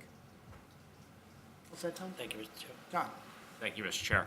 I'm just going to be frank for a moment here, since Well, he here, can't be. have a second mic. I'm going to be playing a little catch-up with some of these questions, I think. Just to make sure I understand, it looks like on looking at the scorecard, originally there was a 6.35 request that's been bumped down to 4.07%. Is that, am I reading? Again? It 4.07 is It not, looks like the original request was 6.35% increase, but now it's 4.07 is the amount supervisory approved. So I want to just, let's do a little bit of homework here. John, you gave me a number of 5.63%. I'm not sure which is right. That's yet another number. Right. But the amount is the 9,987.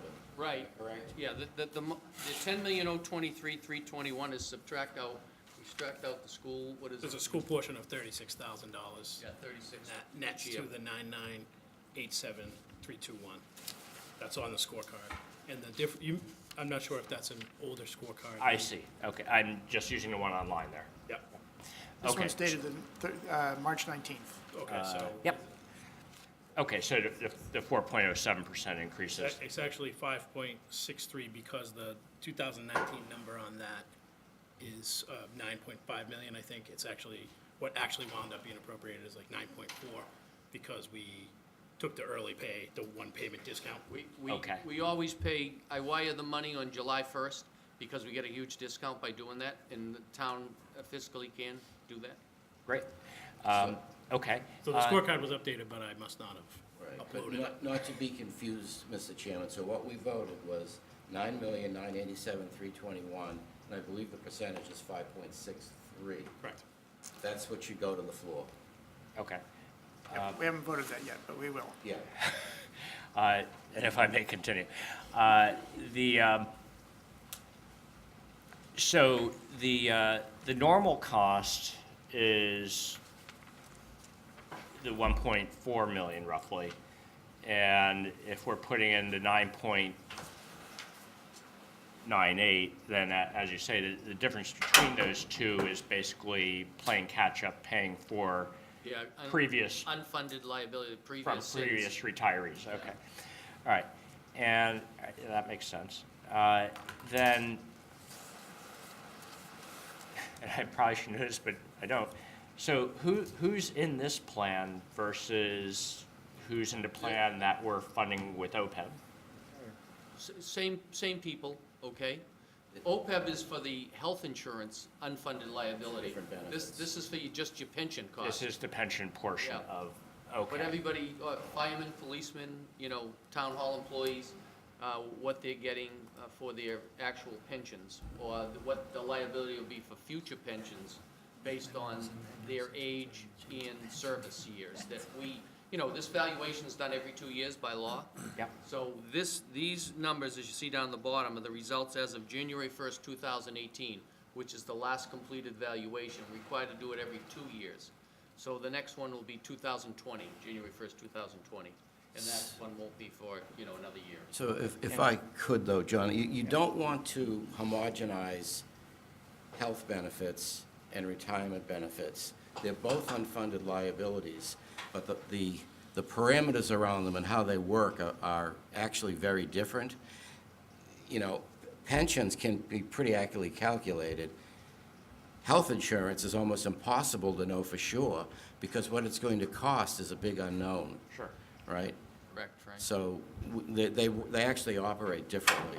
Pensions are based on, the age of the participants that are in the program, and then, obviously, there's a age of how long are they gonna live, a mortality table of, what's the average male and female gonna live to, and those mortality tables get updated almost every 2 years. Right, it's just a straight actuarial Absolutely, issue. absolutely. That's why it's called an actuarial assessment. Okay, and who, so this is all town employees except for schools, is that? No, the school employees that are not teachers. The teachers are in Mass Teachers Retirement System. So It's a it's- separate fund, and it's funded separately. So it's not, all town employees, including non-teacher school employees? Right. Exactly. Unlike OPEB, which is everybody. administrative. OPEB is including Everybody. school, teachers, everything? Everybody. Everybody.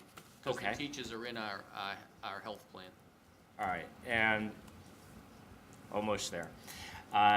You're doing well. You got another 2 minutes Yeah, to go. I'm not even close to your time. So, Frank's hoping he keeps going. he's encouraging me. So what fraction, and maybe this varies for different people, what fraction of pay are retirees getting in retirement as part of this plan? And is there a COLA associated with that? Yes, what Frank was saying, the average pension is somewhere between 18,000 to 20,000, of the whole system, you know what I mean? They don't break down what Burlington's little, we're only one member unit. We're the second largest member unit in Middlesex County, because of, Burlington is big. It's Billerica is the largest, Burlington's the second largest in the Middlesex County retirement system. The 71 member units makes up a lot of small towns, water districts, housing authorities. Burlington's housing authority is in this system. But, so that 20,000, what Frank was saying is, we have to consider, obviously, as a board, what's fiscally responsible and the costs involved. But we had not raised the, we give a cost of living raise, roughly it's 3% every year, but it was on $14,000, only on the first $14,000 of every pension. We just raised it this year, starting with fiscal '20, to $16,000. So there'll be a 3% cost of living raise on everybody's pension up to $16,000.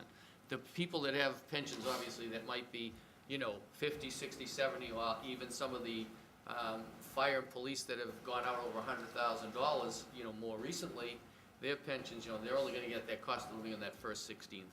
So is that a negotiated amount, or how is that? It's by state law. What we can only give a cost of living up to 3%, and it's all based on, the cost of living indexes and so forth, Well, each year. I'm just curious how we come up with cost of living. Is that just something that the town generously decides to give, or is No, it it's a a negotiated state, employee? it's the state, under the state pension laws. You're saying we have to give a We very don't have to specific- give, the board votes it. The Middlesex County Retirement Board, there's 5 members, I'm one of the members that represent all the member units, that's how I'm voted on the board. And there's 2 that are, members that are elected from the constituents, and they're both firefighters. And then there's a chairman, who we vote the other chairman, and we pick another person to represent us from management. There's 5 members.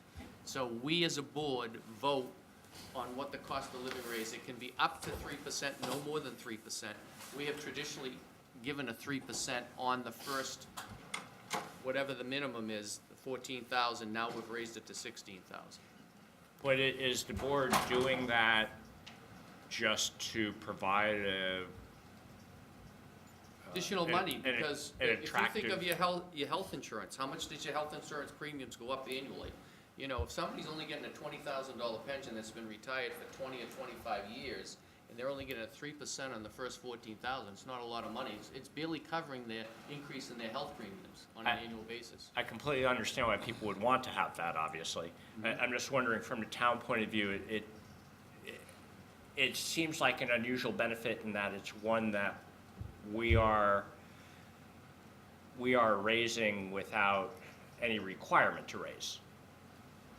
It would be sort of like increasing people's pay without them having to negotiate it. It just seems peculiar to me. It's well, if I may, it's a recognition that the cost of living does increase. Right. I mean, Social Security goes up too, and you don't get to Sure, vote but on we that. don't raise all the town employees' pay because the cost of living went up. We only do it because we negotiated an amount that was They're on a mutually agreeable. They're on a fixed income. You know, this is all they get is income, a lot of them. That's their only income. And then a lot of them have given, you know, between 30 and 40 years of service to the communities. Is the amount of, never mind the COLA for now, and I'm almost done, thank you. Forget the COLA for a moment, is the amount of the pension, how is that arrived at? It's a state formula based on your number of years of service and whether or not you're a firefighter, a policeman, or, you know, an administrative person. You know, they can retire at 55 years old. Firefighters, it's been increased now to 57 years old. And to receive the maximum, you have to have 32 years of service. It's based on your age and your number of years of service. There's a formula. All right, but not on your pay in particular. Obviously. Yeah, it's based on your pay, your highest three. It pays into the formula also. Highest 3 years of pay. So there's a formula that comes out to, you know, whether it be 2.5% of your highest 3 years of service, it gets to be like 80% is the highest you can get of your highest 3 years of service. I mean, highest 3 years of pay. Okay, and I think I heard you say what was the average pension? 20,000. About 20,000, okay. Okay, thank you That's the very much. average. You've been very patient. Steve? Just, I've been in the corporate world, and in corporate world, there hasn't been a pension, or it's been declining significantly, and most people are on 401ks. Is the state still continuing with the pension? Has there been They are, any? yeah, this is a defined benefit plan, and that's the plan for public employees in the state of Massachusetts. And I don't see it changing, to be honest with you. I think they have strong unions, the fire, police, and municipal workers, and I don't see that changing, to be honest with you. Okay, thanks. I don't. Nick? Thank you, Mr. Chair. Mr. Curtin, quick question. You mentioned as we hire new staff, that adjusts. How does it adjust? Do we not adjust the percentage per year over time? What happens is the increase in the number of employees that are in the system, based on their age, they become part of that liability that we have to assess each year, each fiscal year. So the more, like I said, we just added 8 firefighters. They're young, they're probably, you know, somewhere between 25 and 30-something years old. We figure they're gonna live to be, you know, and make X amount of dollars, live to be 80 years old and make X amount of dollars. That liability has to be figured in your funding schedule. So that's how it increases your assessment each year. Your unfunded liability goes up each year because of those 8 new employees that have been added to your roster of, you know, people that you have to account for. Part of the reform was that 11%. Now, if we all think about our working careers, had we put 11% in our 401ks from the time that we began work, and it's a mandatory thing here, not a question of whether or not the employee will do it. So if we look at our own careers and see what 35 years at 11% would create as a lump sum annuity for us, then, I mean, this now becomes more. Self-financing. Yes, more, well, let's say it's less of a benefit than it was before when they weren't contributing much and we had this unfunded liability. Now with an 11% contribution, it's a completely different ballgame. It's just a public 401k. And what Frank said is correct, is if we were having to pay into Social Security to match the, you know, the 7.62% of every employee, it would cost the town a lot more than $9,900,000 a year, quite honestly. So I think we're operating at somewhere around 5 or 6%, as opposed to the 7.62% is what the numbers come out, about 5%, because the employee is paying the 11% themselves. Steve, follow-up? Yeah, it's a little bit different though than a 401K, because in a 401K, you're accumulating assets that are yours to keep and pass along to your beneficiaries, right? I'm assuming that the benefit ends when either the pensioner dies or their spouse dies. You have three options, you know, A, B, and C. Obviously, it dies with you if you take A, so you take a larger pension each month. Under B, you can leave your spouse or beneficiary what's called your annuity savings account, which is the money that 11% you're contributing every year goes So you into an do keep annuity track of savings that. account. And that doesn't, like, let's say it's $150,000 when you retire.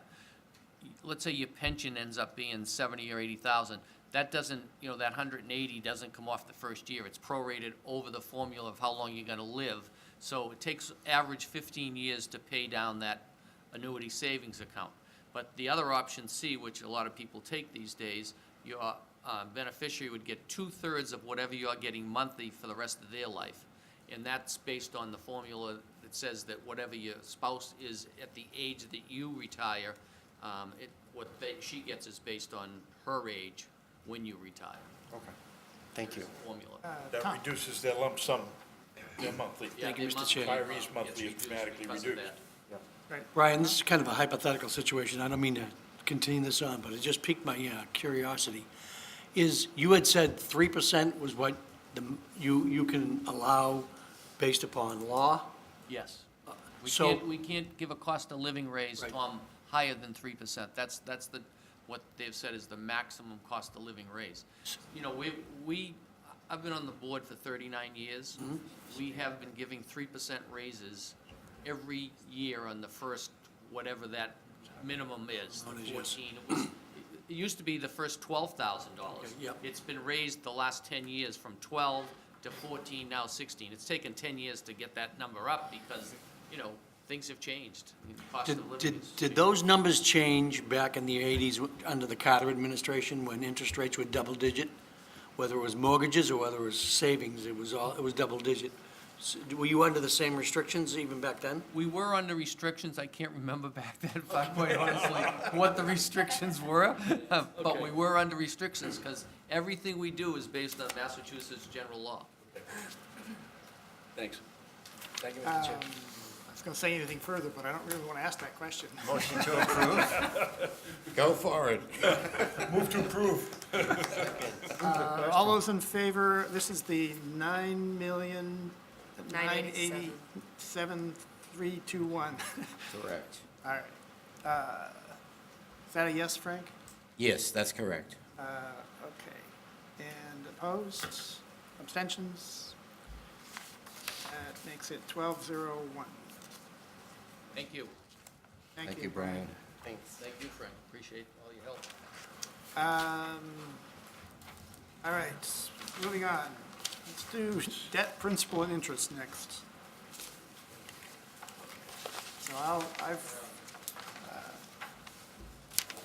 So Steve and I met with John and Paul to talk about the funding, the principal and interests, the debt service. The grand total is, I had to send out the updated page, $6,882,247, 8.03% increase. They provided through several tables that account for all of the existing debt, which is the first large spreadsheet, and the proposed debt, which has not yet been borrowed. The primary projects that were authorized and bonded or borrowed last year were the streetlight conversions, Meadowbrook School HVAC upgrade, Human Services Building renovations, Part 1 and 2, and Fire Station number 2, Parts 1 and 2. So those are things that are already been borrowed and we're paying principal and interest that are included in this. On the proposed debt, or things that haven't yet been authorized and probably come up on the town meeting as warrants, are things like the DPW and maintenance for facility, water main replacement, street light wiring, and others. There's a lot of numbers, but basically, we're paying our debts, and we're planning to borrow some more money to fulfill the new programs. Trying to think if there's anything that's particularly salient in the details. Part of the handout is, the very last page was a list of projects that we paid from cash over the last several years, which kept things off of the long-term bond schedule.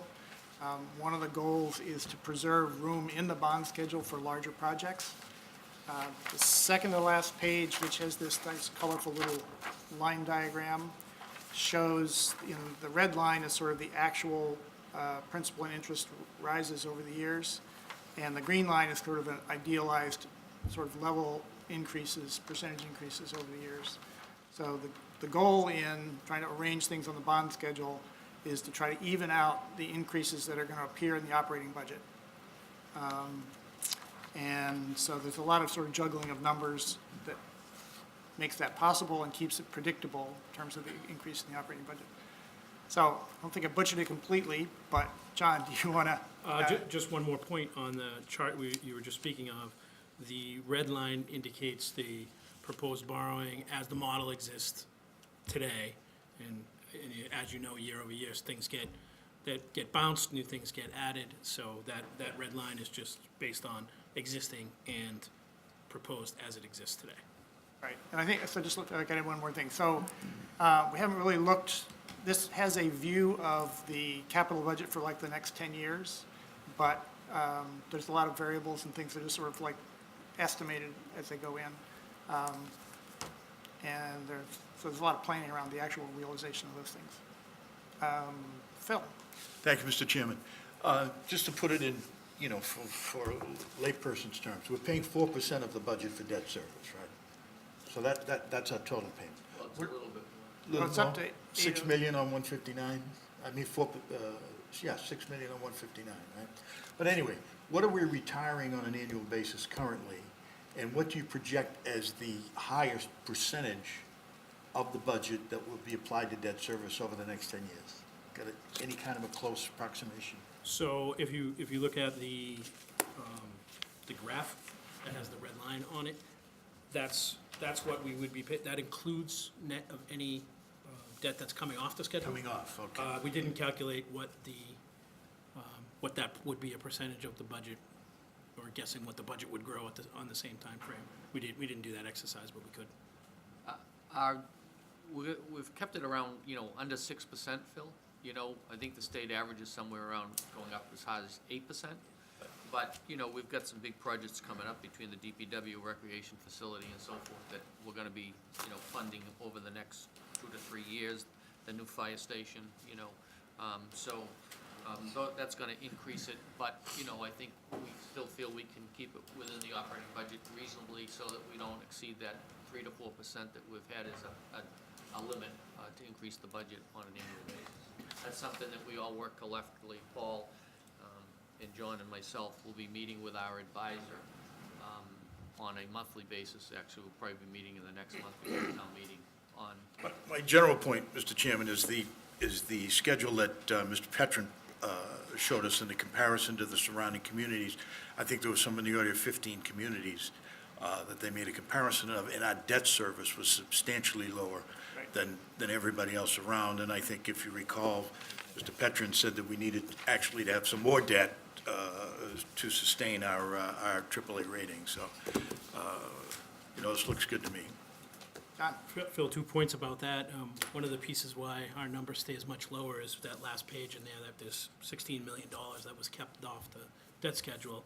And then the other piece is, if you were to look at the graph, you'll see that, 12, 15 years from now, if we were to do the plan or the debt schedule model as it exists today, the percentage would go way up because we're going from 6.8 million to over 14 million. The 16 million is what we paid out of the checkbook and didn't put on the Didn't credit have to card. borrow, exactly. Free cash. But the other thing about that diagram is it shows the total dollar value that would be out, right, that we're adding. But it doesn't really say what percentage of the budget at that time it would be. probably figure that out with some Assuming that premise that about- budget more than doubles over the 12-year period, the Right. percentage is gonna go up. John? I guess this is sort of to Phil's point, actually. I've heard the comment made before that we need to borrow more money to, maintain our credit rating, which seems sort of counterintuitive. I presume the intention is that they feel we're not investing enough in our infrastructure. Correct. And therefore, we'll fall to pieces because we're so cheap. The thing the thing I would suggest might be a better metric. It always bothered me that the debt service is the metric that they're using. It seems like a more productive metric would be the sum of our debt service and our capital expenditures, because that's what you're really trying to measure. You're not, obviously, no one sees a benefit to increasing their debt service. I think the benefit that they're measuring is how much are you putting into capital projects. So I guess I would suggest, if you were to do a campaign with the rating agencies, it would be, let's compare our capital costs per year plus our debt service and retirement per year. And that sum total, how that compares to other communities is really the more interesting metric. So for instance, if we had no debt and we just paid for everything, the year it was due, if that was a larger fraction in other communities, we'd be investing more than other people, even though we had no debt. And that would seem like the thing that we should be pushing them for, I would suggest, because it seems like the metric is kind of bogus as it stands. So luckily, before the credit agency issues the rating, you have the benefit of having a call and explaining just that to it. Excellent. And explaining all the other factors where we are off the charts with reserves and things like that. So, Perfect, thanks. I think even a better one, John, would be what percent of our capital infrastructure, our total value of our inventory, what percent on an annual basis are we investing? Sure, our replacement rate. Replacement values, sure. Frank? I don't have the sheets in front of me. What interest rates were you assuming on the borrowing going forward? so I think for bands, we do 3.5, Oh, and but- for bonds, we do 4.5. 4.5? Or 4, and then over 20 Yeah, years. so I sort of agree with what you're saying, but an interesting point here is when you borrow money at a low enough rate, you're deferring, you've either got a huge bank account of cash that you can self-finance your infrastructure or you borrow it. If you have such a pot of money, that didn't come from nowhere, it came from the taxpayers. So generally, it's very, very rare for a community to have enough money to be able to self-finance going forward infrastructure investments. You almost every industry actually has to borrow to do that. I'm not suggesting we Okay. self-finance everything. Well, we can't. I'm just saying to the extent that we're self-financing probably a larger fraction in other It's better. communities, that we should get a benefit from that, And- not a penalty. And that's the very reason why we fight to use free cash to do these drawdowns. Yep. And the last thing you want to do is use your free cash to artificially lower your tax rate for 1 or 2 years. Because these drawdowns of debt ahead of time opens the debt schedule up. And we've got to borrow to keep building the sorts of things we need to stay at the wealth level we are in relative terms. We're a growing community. You have to grow your wealth. The only way you can grow your wealth is through your infrastructure. So I think the interest rates being low, to me, has been extremely favorable to being aggressive in this borrowing. It's not just if you can borrow more, go ahead and borrow it because it makes some lending institution happy. When the rates are low, try to use them for things you know you're going to have to buy, and when they're high, try to use your own reserves. That's the way I look at it. Well, 30 closed at 2.82 today. And they may even go lower.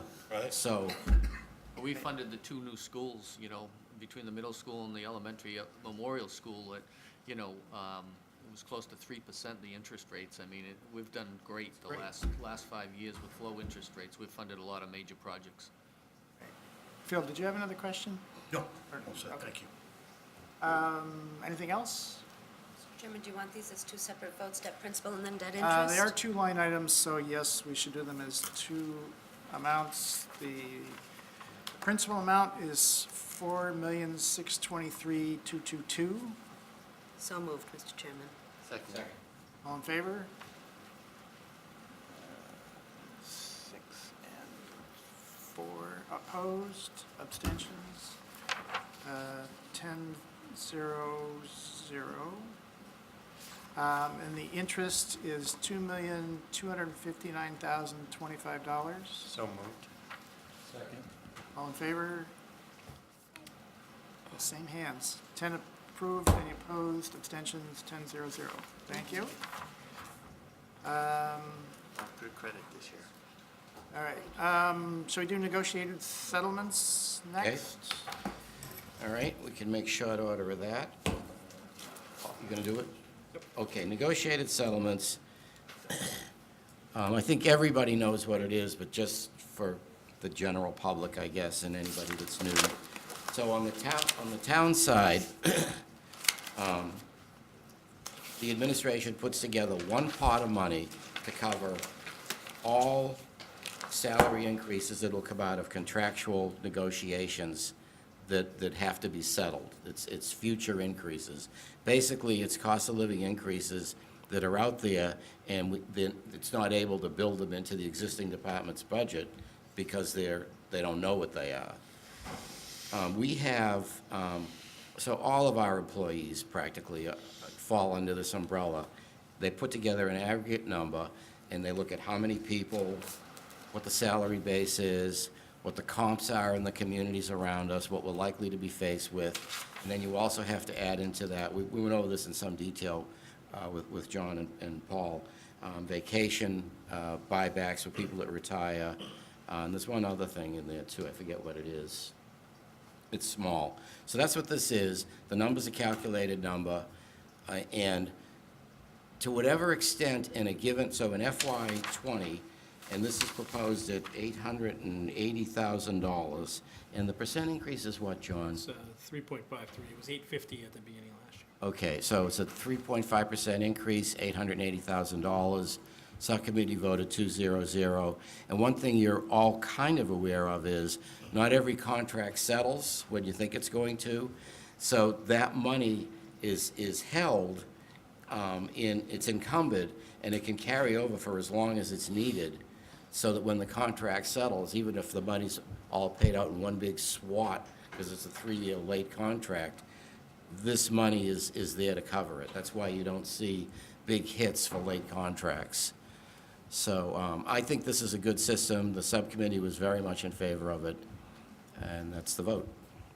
I do have one thing to add was that hopefully Paul had mentioned he's going to settle all the contracts before budget time going forward, so we might not have to worry about this going forward.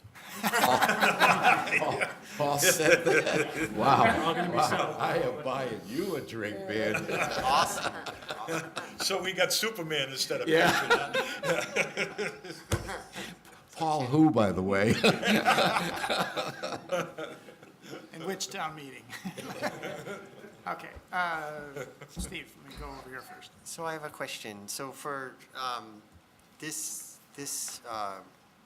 will reimburse, or not reimburse, but pay out at a later time, the employees, the salaries that they were due. But does it also impact payments for other benefits? Like, do we lose out on pensions with these back payments, or do they get captured at that point in time? How does that work? Just for salaries. It's just for salaries. So, like, if the 11% benefit that would go into pension at that point in time, that's not on. That would. Employee deduction. That's the Yeah, employee. it's garnished. Employee pays Yeah, it does come out. Oh, that's right. Okay, do. so we They- just but it would come out at that time. Right. Payroll garnishes the 11%, so when the money's paid, That's when it goes assessment's out. applied. So they do lose out in some of that earning capacity. No, I think it all gets computed as if, Yeah. It was earned at that as time. if at the point it was settled. Okay, awesome, thanks. John? Thank you, Mr. Chair. This will be a lot faster. So I just want to make sure I really understood what you said, Frank. So this is sort of an unusual operating budget line item in that it works more like a warrant article we're sort of putting a pot of money aside and it stays there until it's used, or I it's would not say needed. yes. Is that the right way to think about it? In terms of how it operates? That's not how I think about it, but that's fair. We've been So doing it what's for gonna 20 happen is years. this money's set aside in the operating budget. As contracts settle, we're gonna transfer money from this line into the proper lines for each department.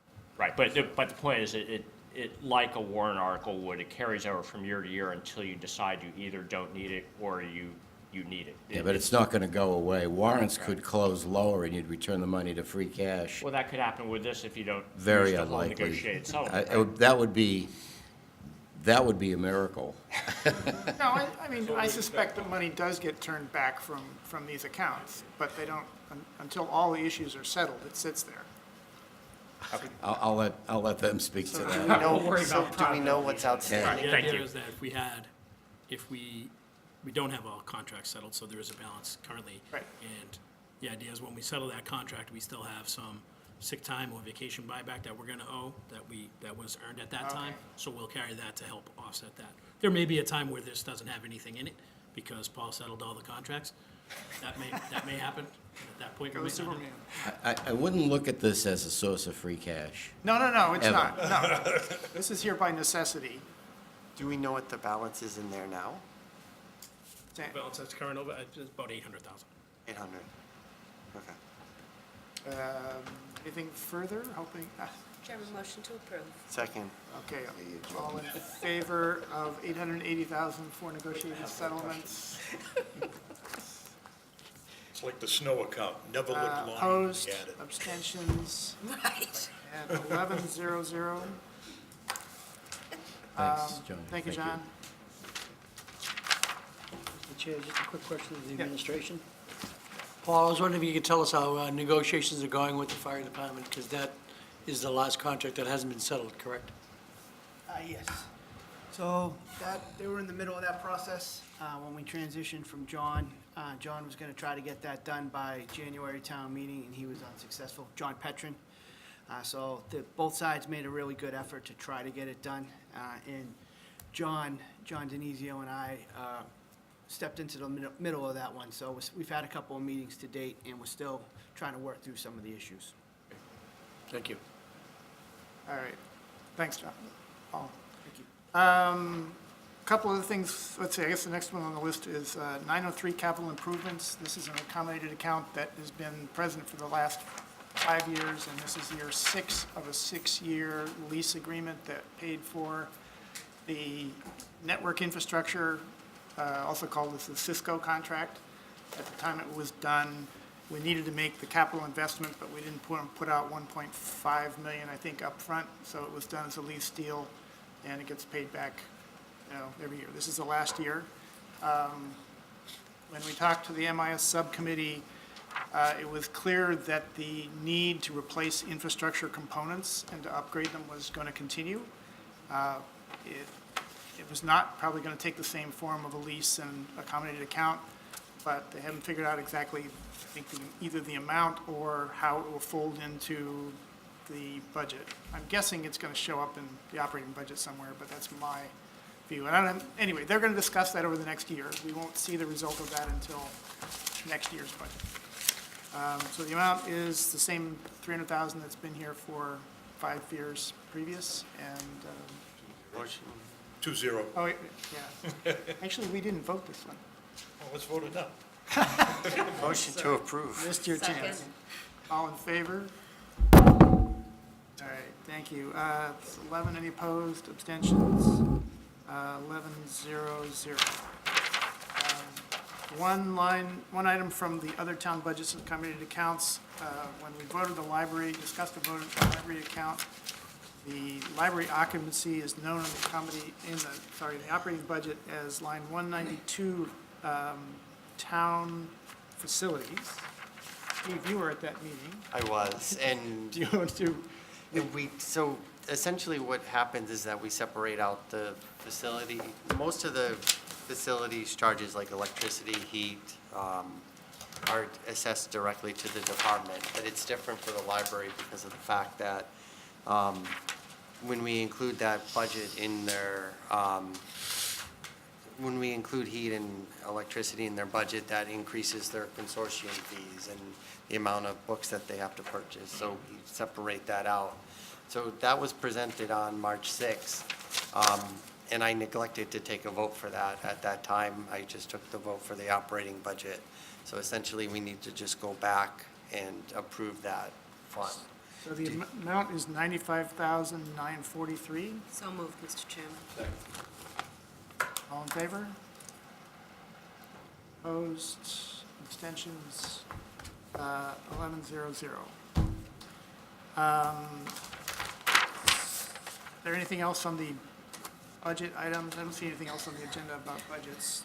We have one more item about minutes, and then I have a couple of comments about future meetings.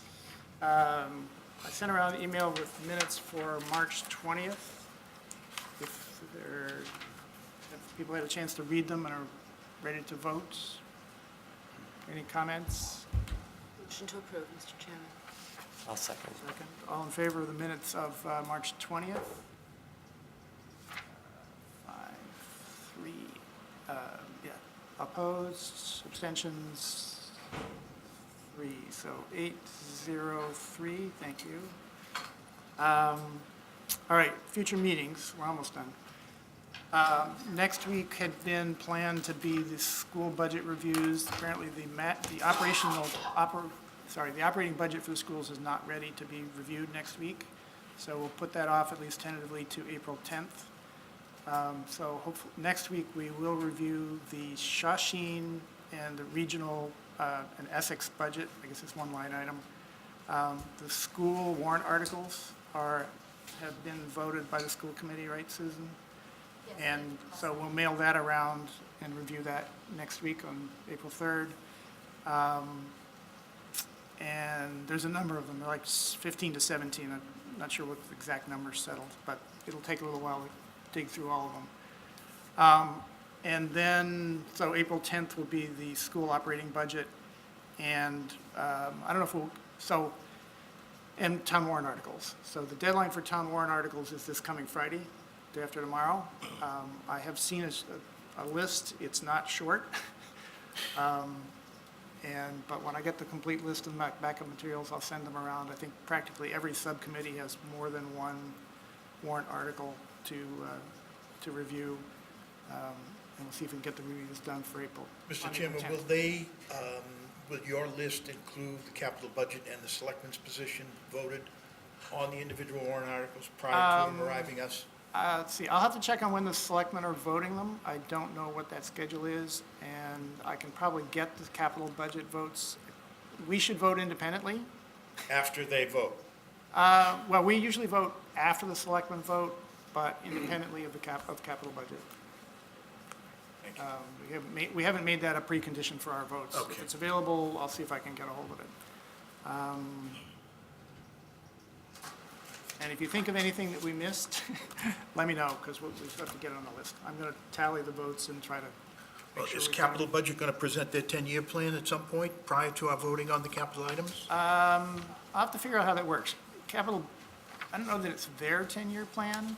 I think the administration owns the capital budget plan, but Well, they have one too, I'm quite sure, don't they? they review it. I'll have to talk, I don't know how that's done. Does anybody remember past? Well, they used to rank them in order. They never presented. They never presented. Yeah, I don't think they've Capital ever budget laid it out. Most of it is in, if you look at the proposed borrowing list of big projects, and the list of projects, most of it is on that is that list. That is the 10-year capital plan. And it's been updated recently. I really appreciate the time for everybody, and that's all I've got. Motion to adjourn? Second. All in favor? Aye. Thank you very much. Thank you, Mr. Chairman.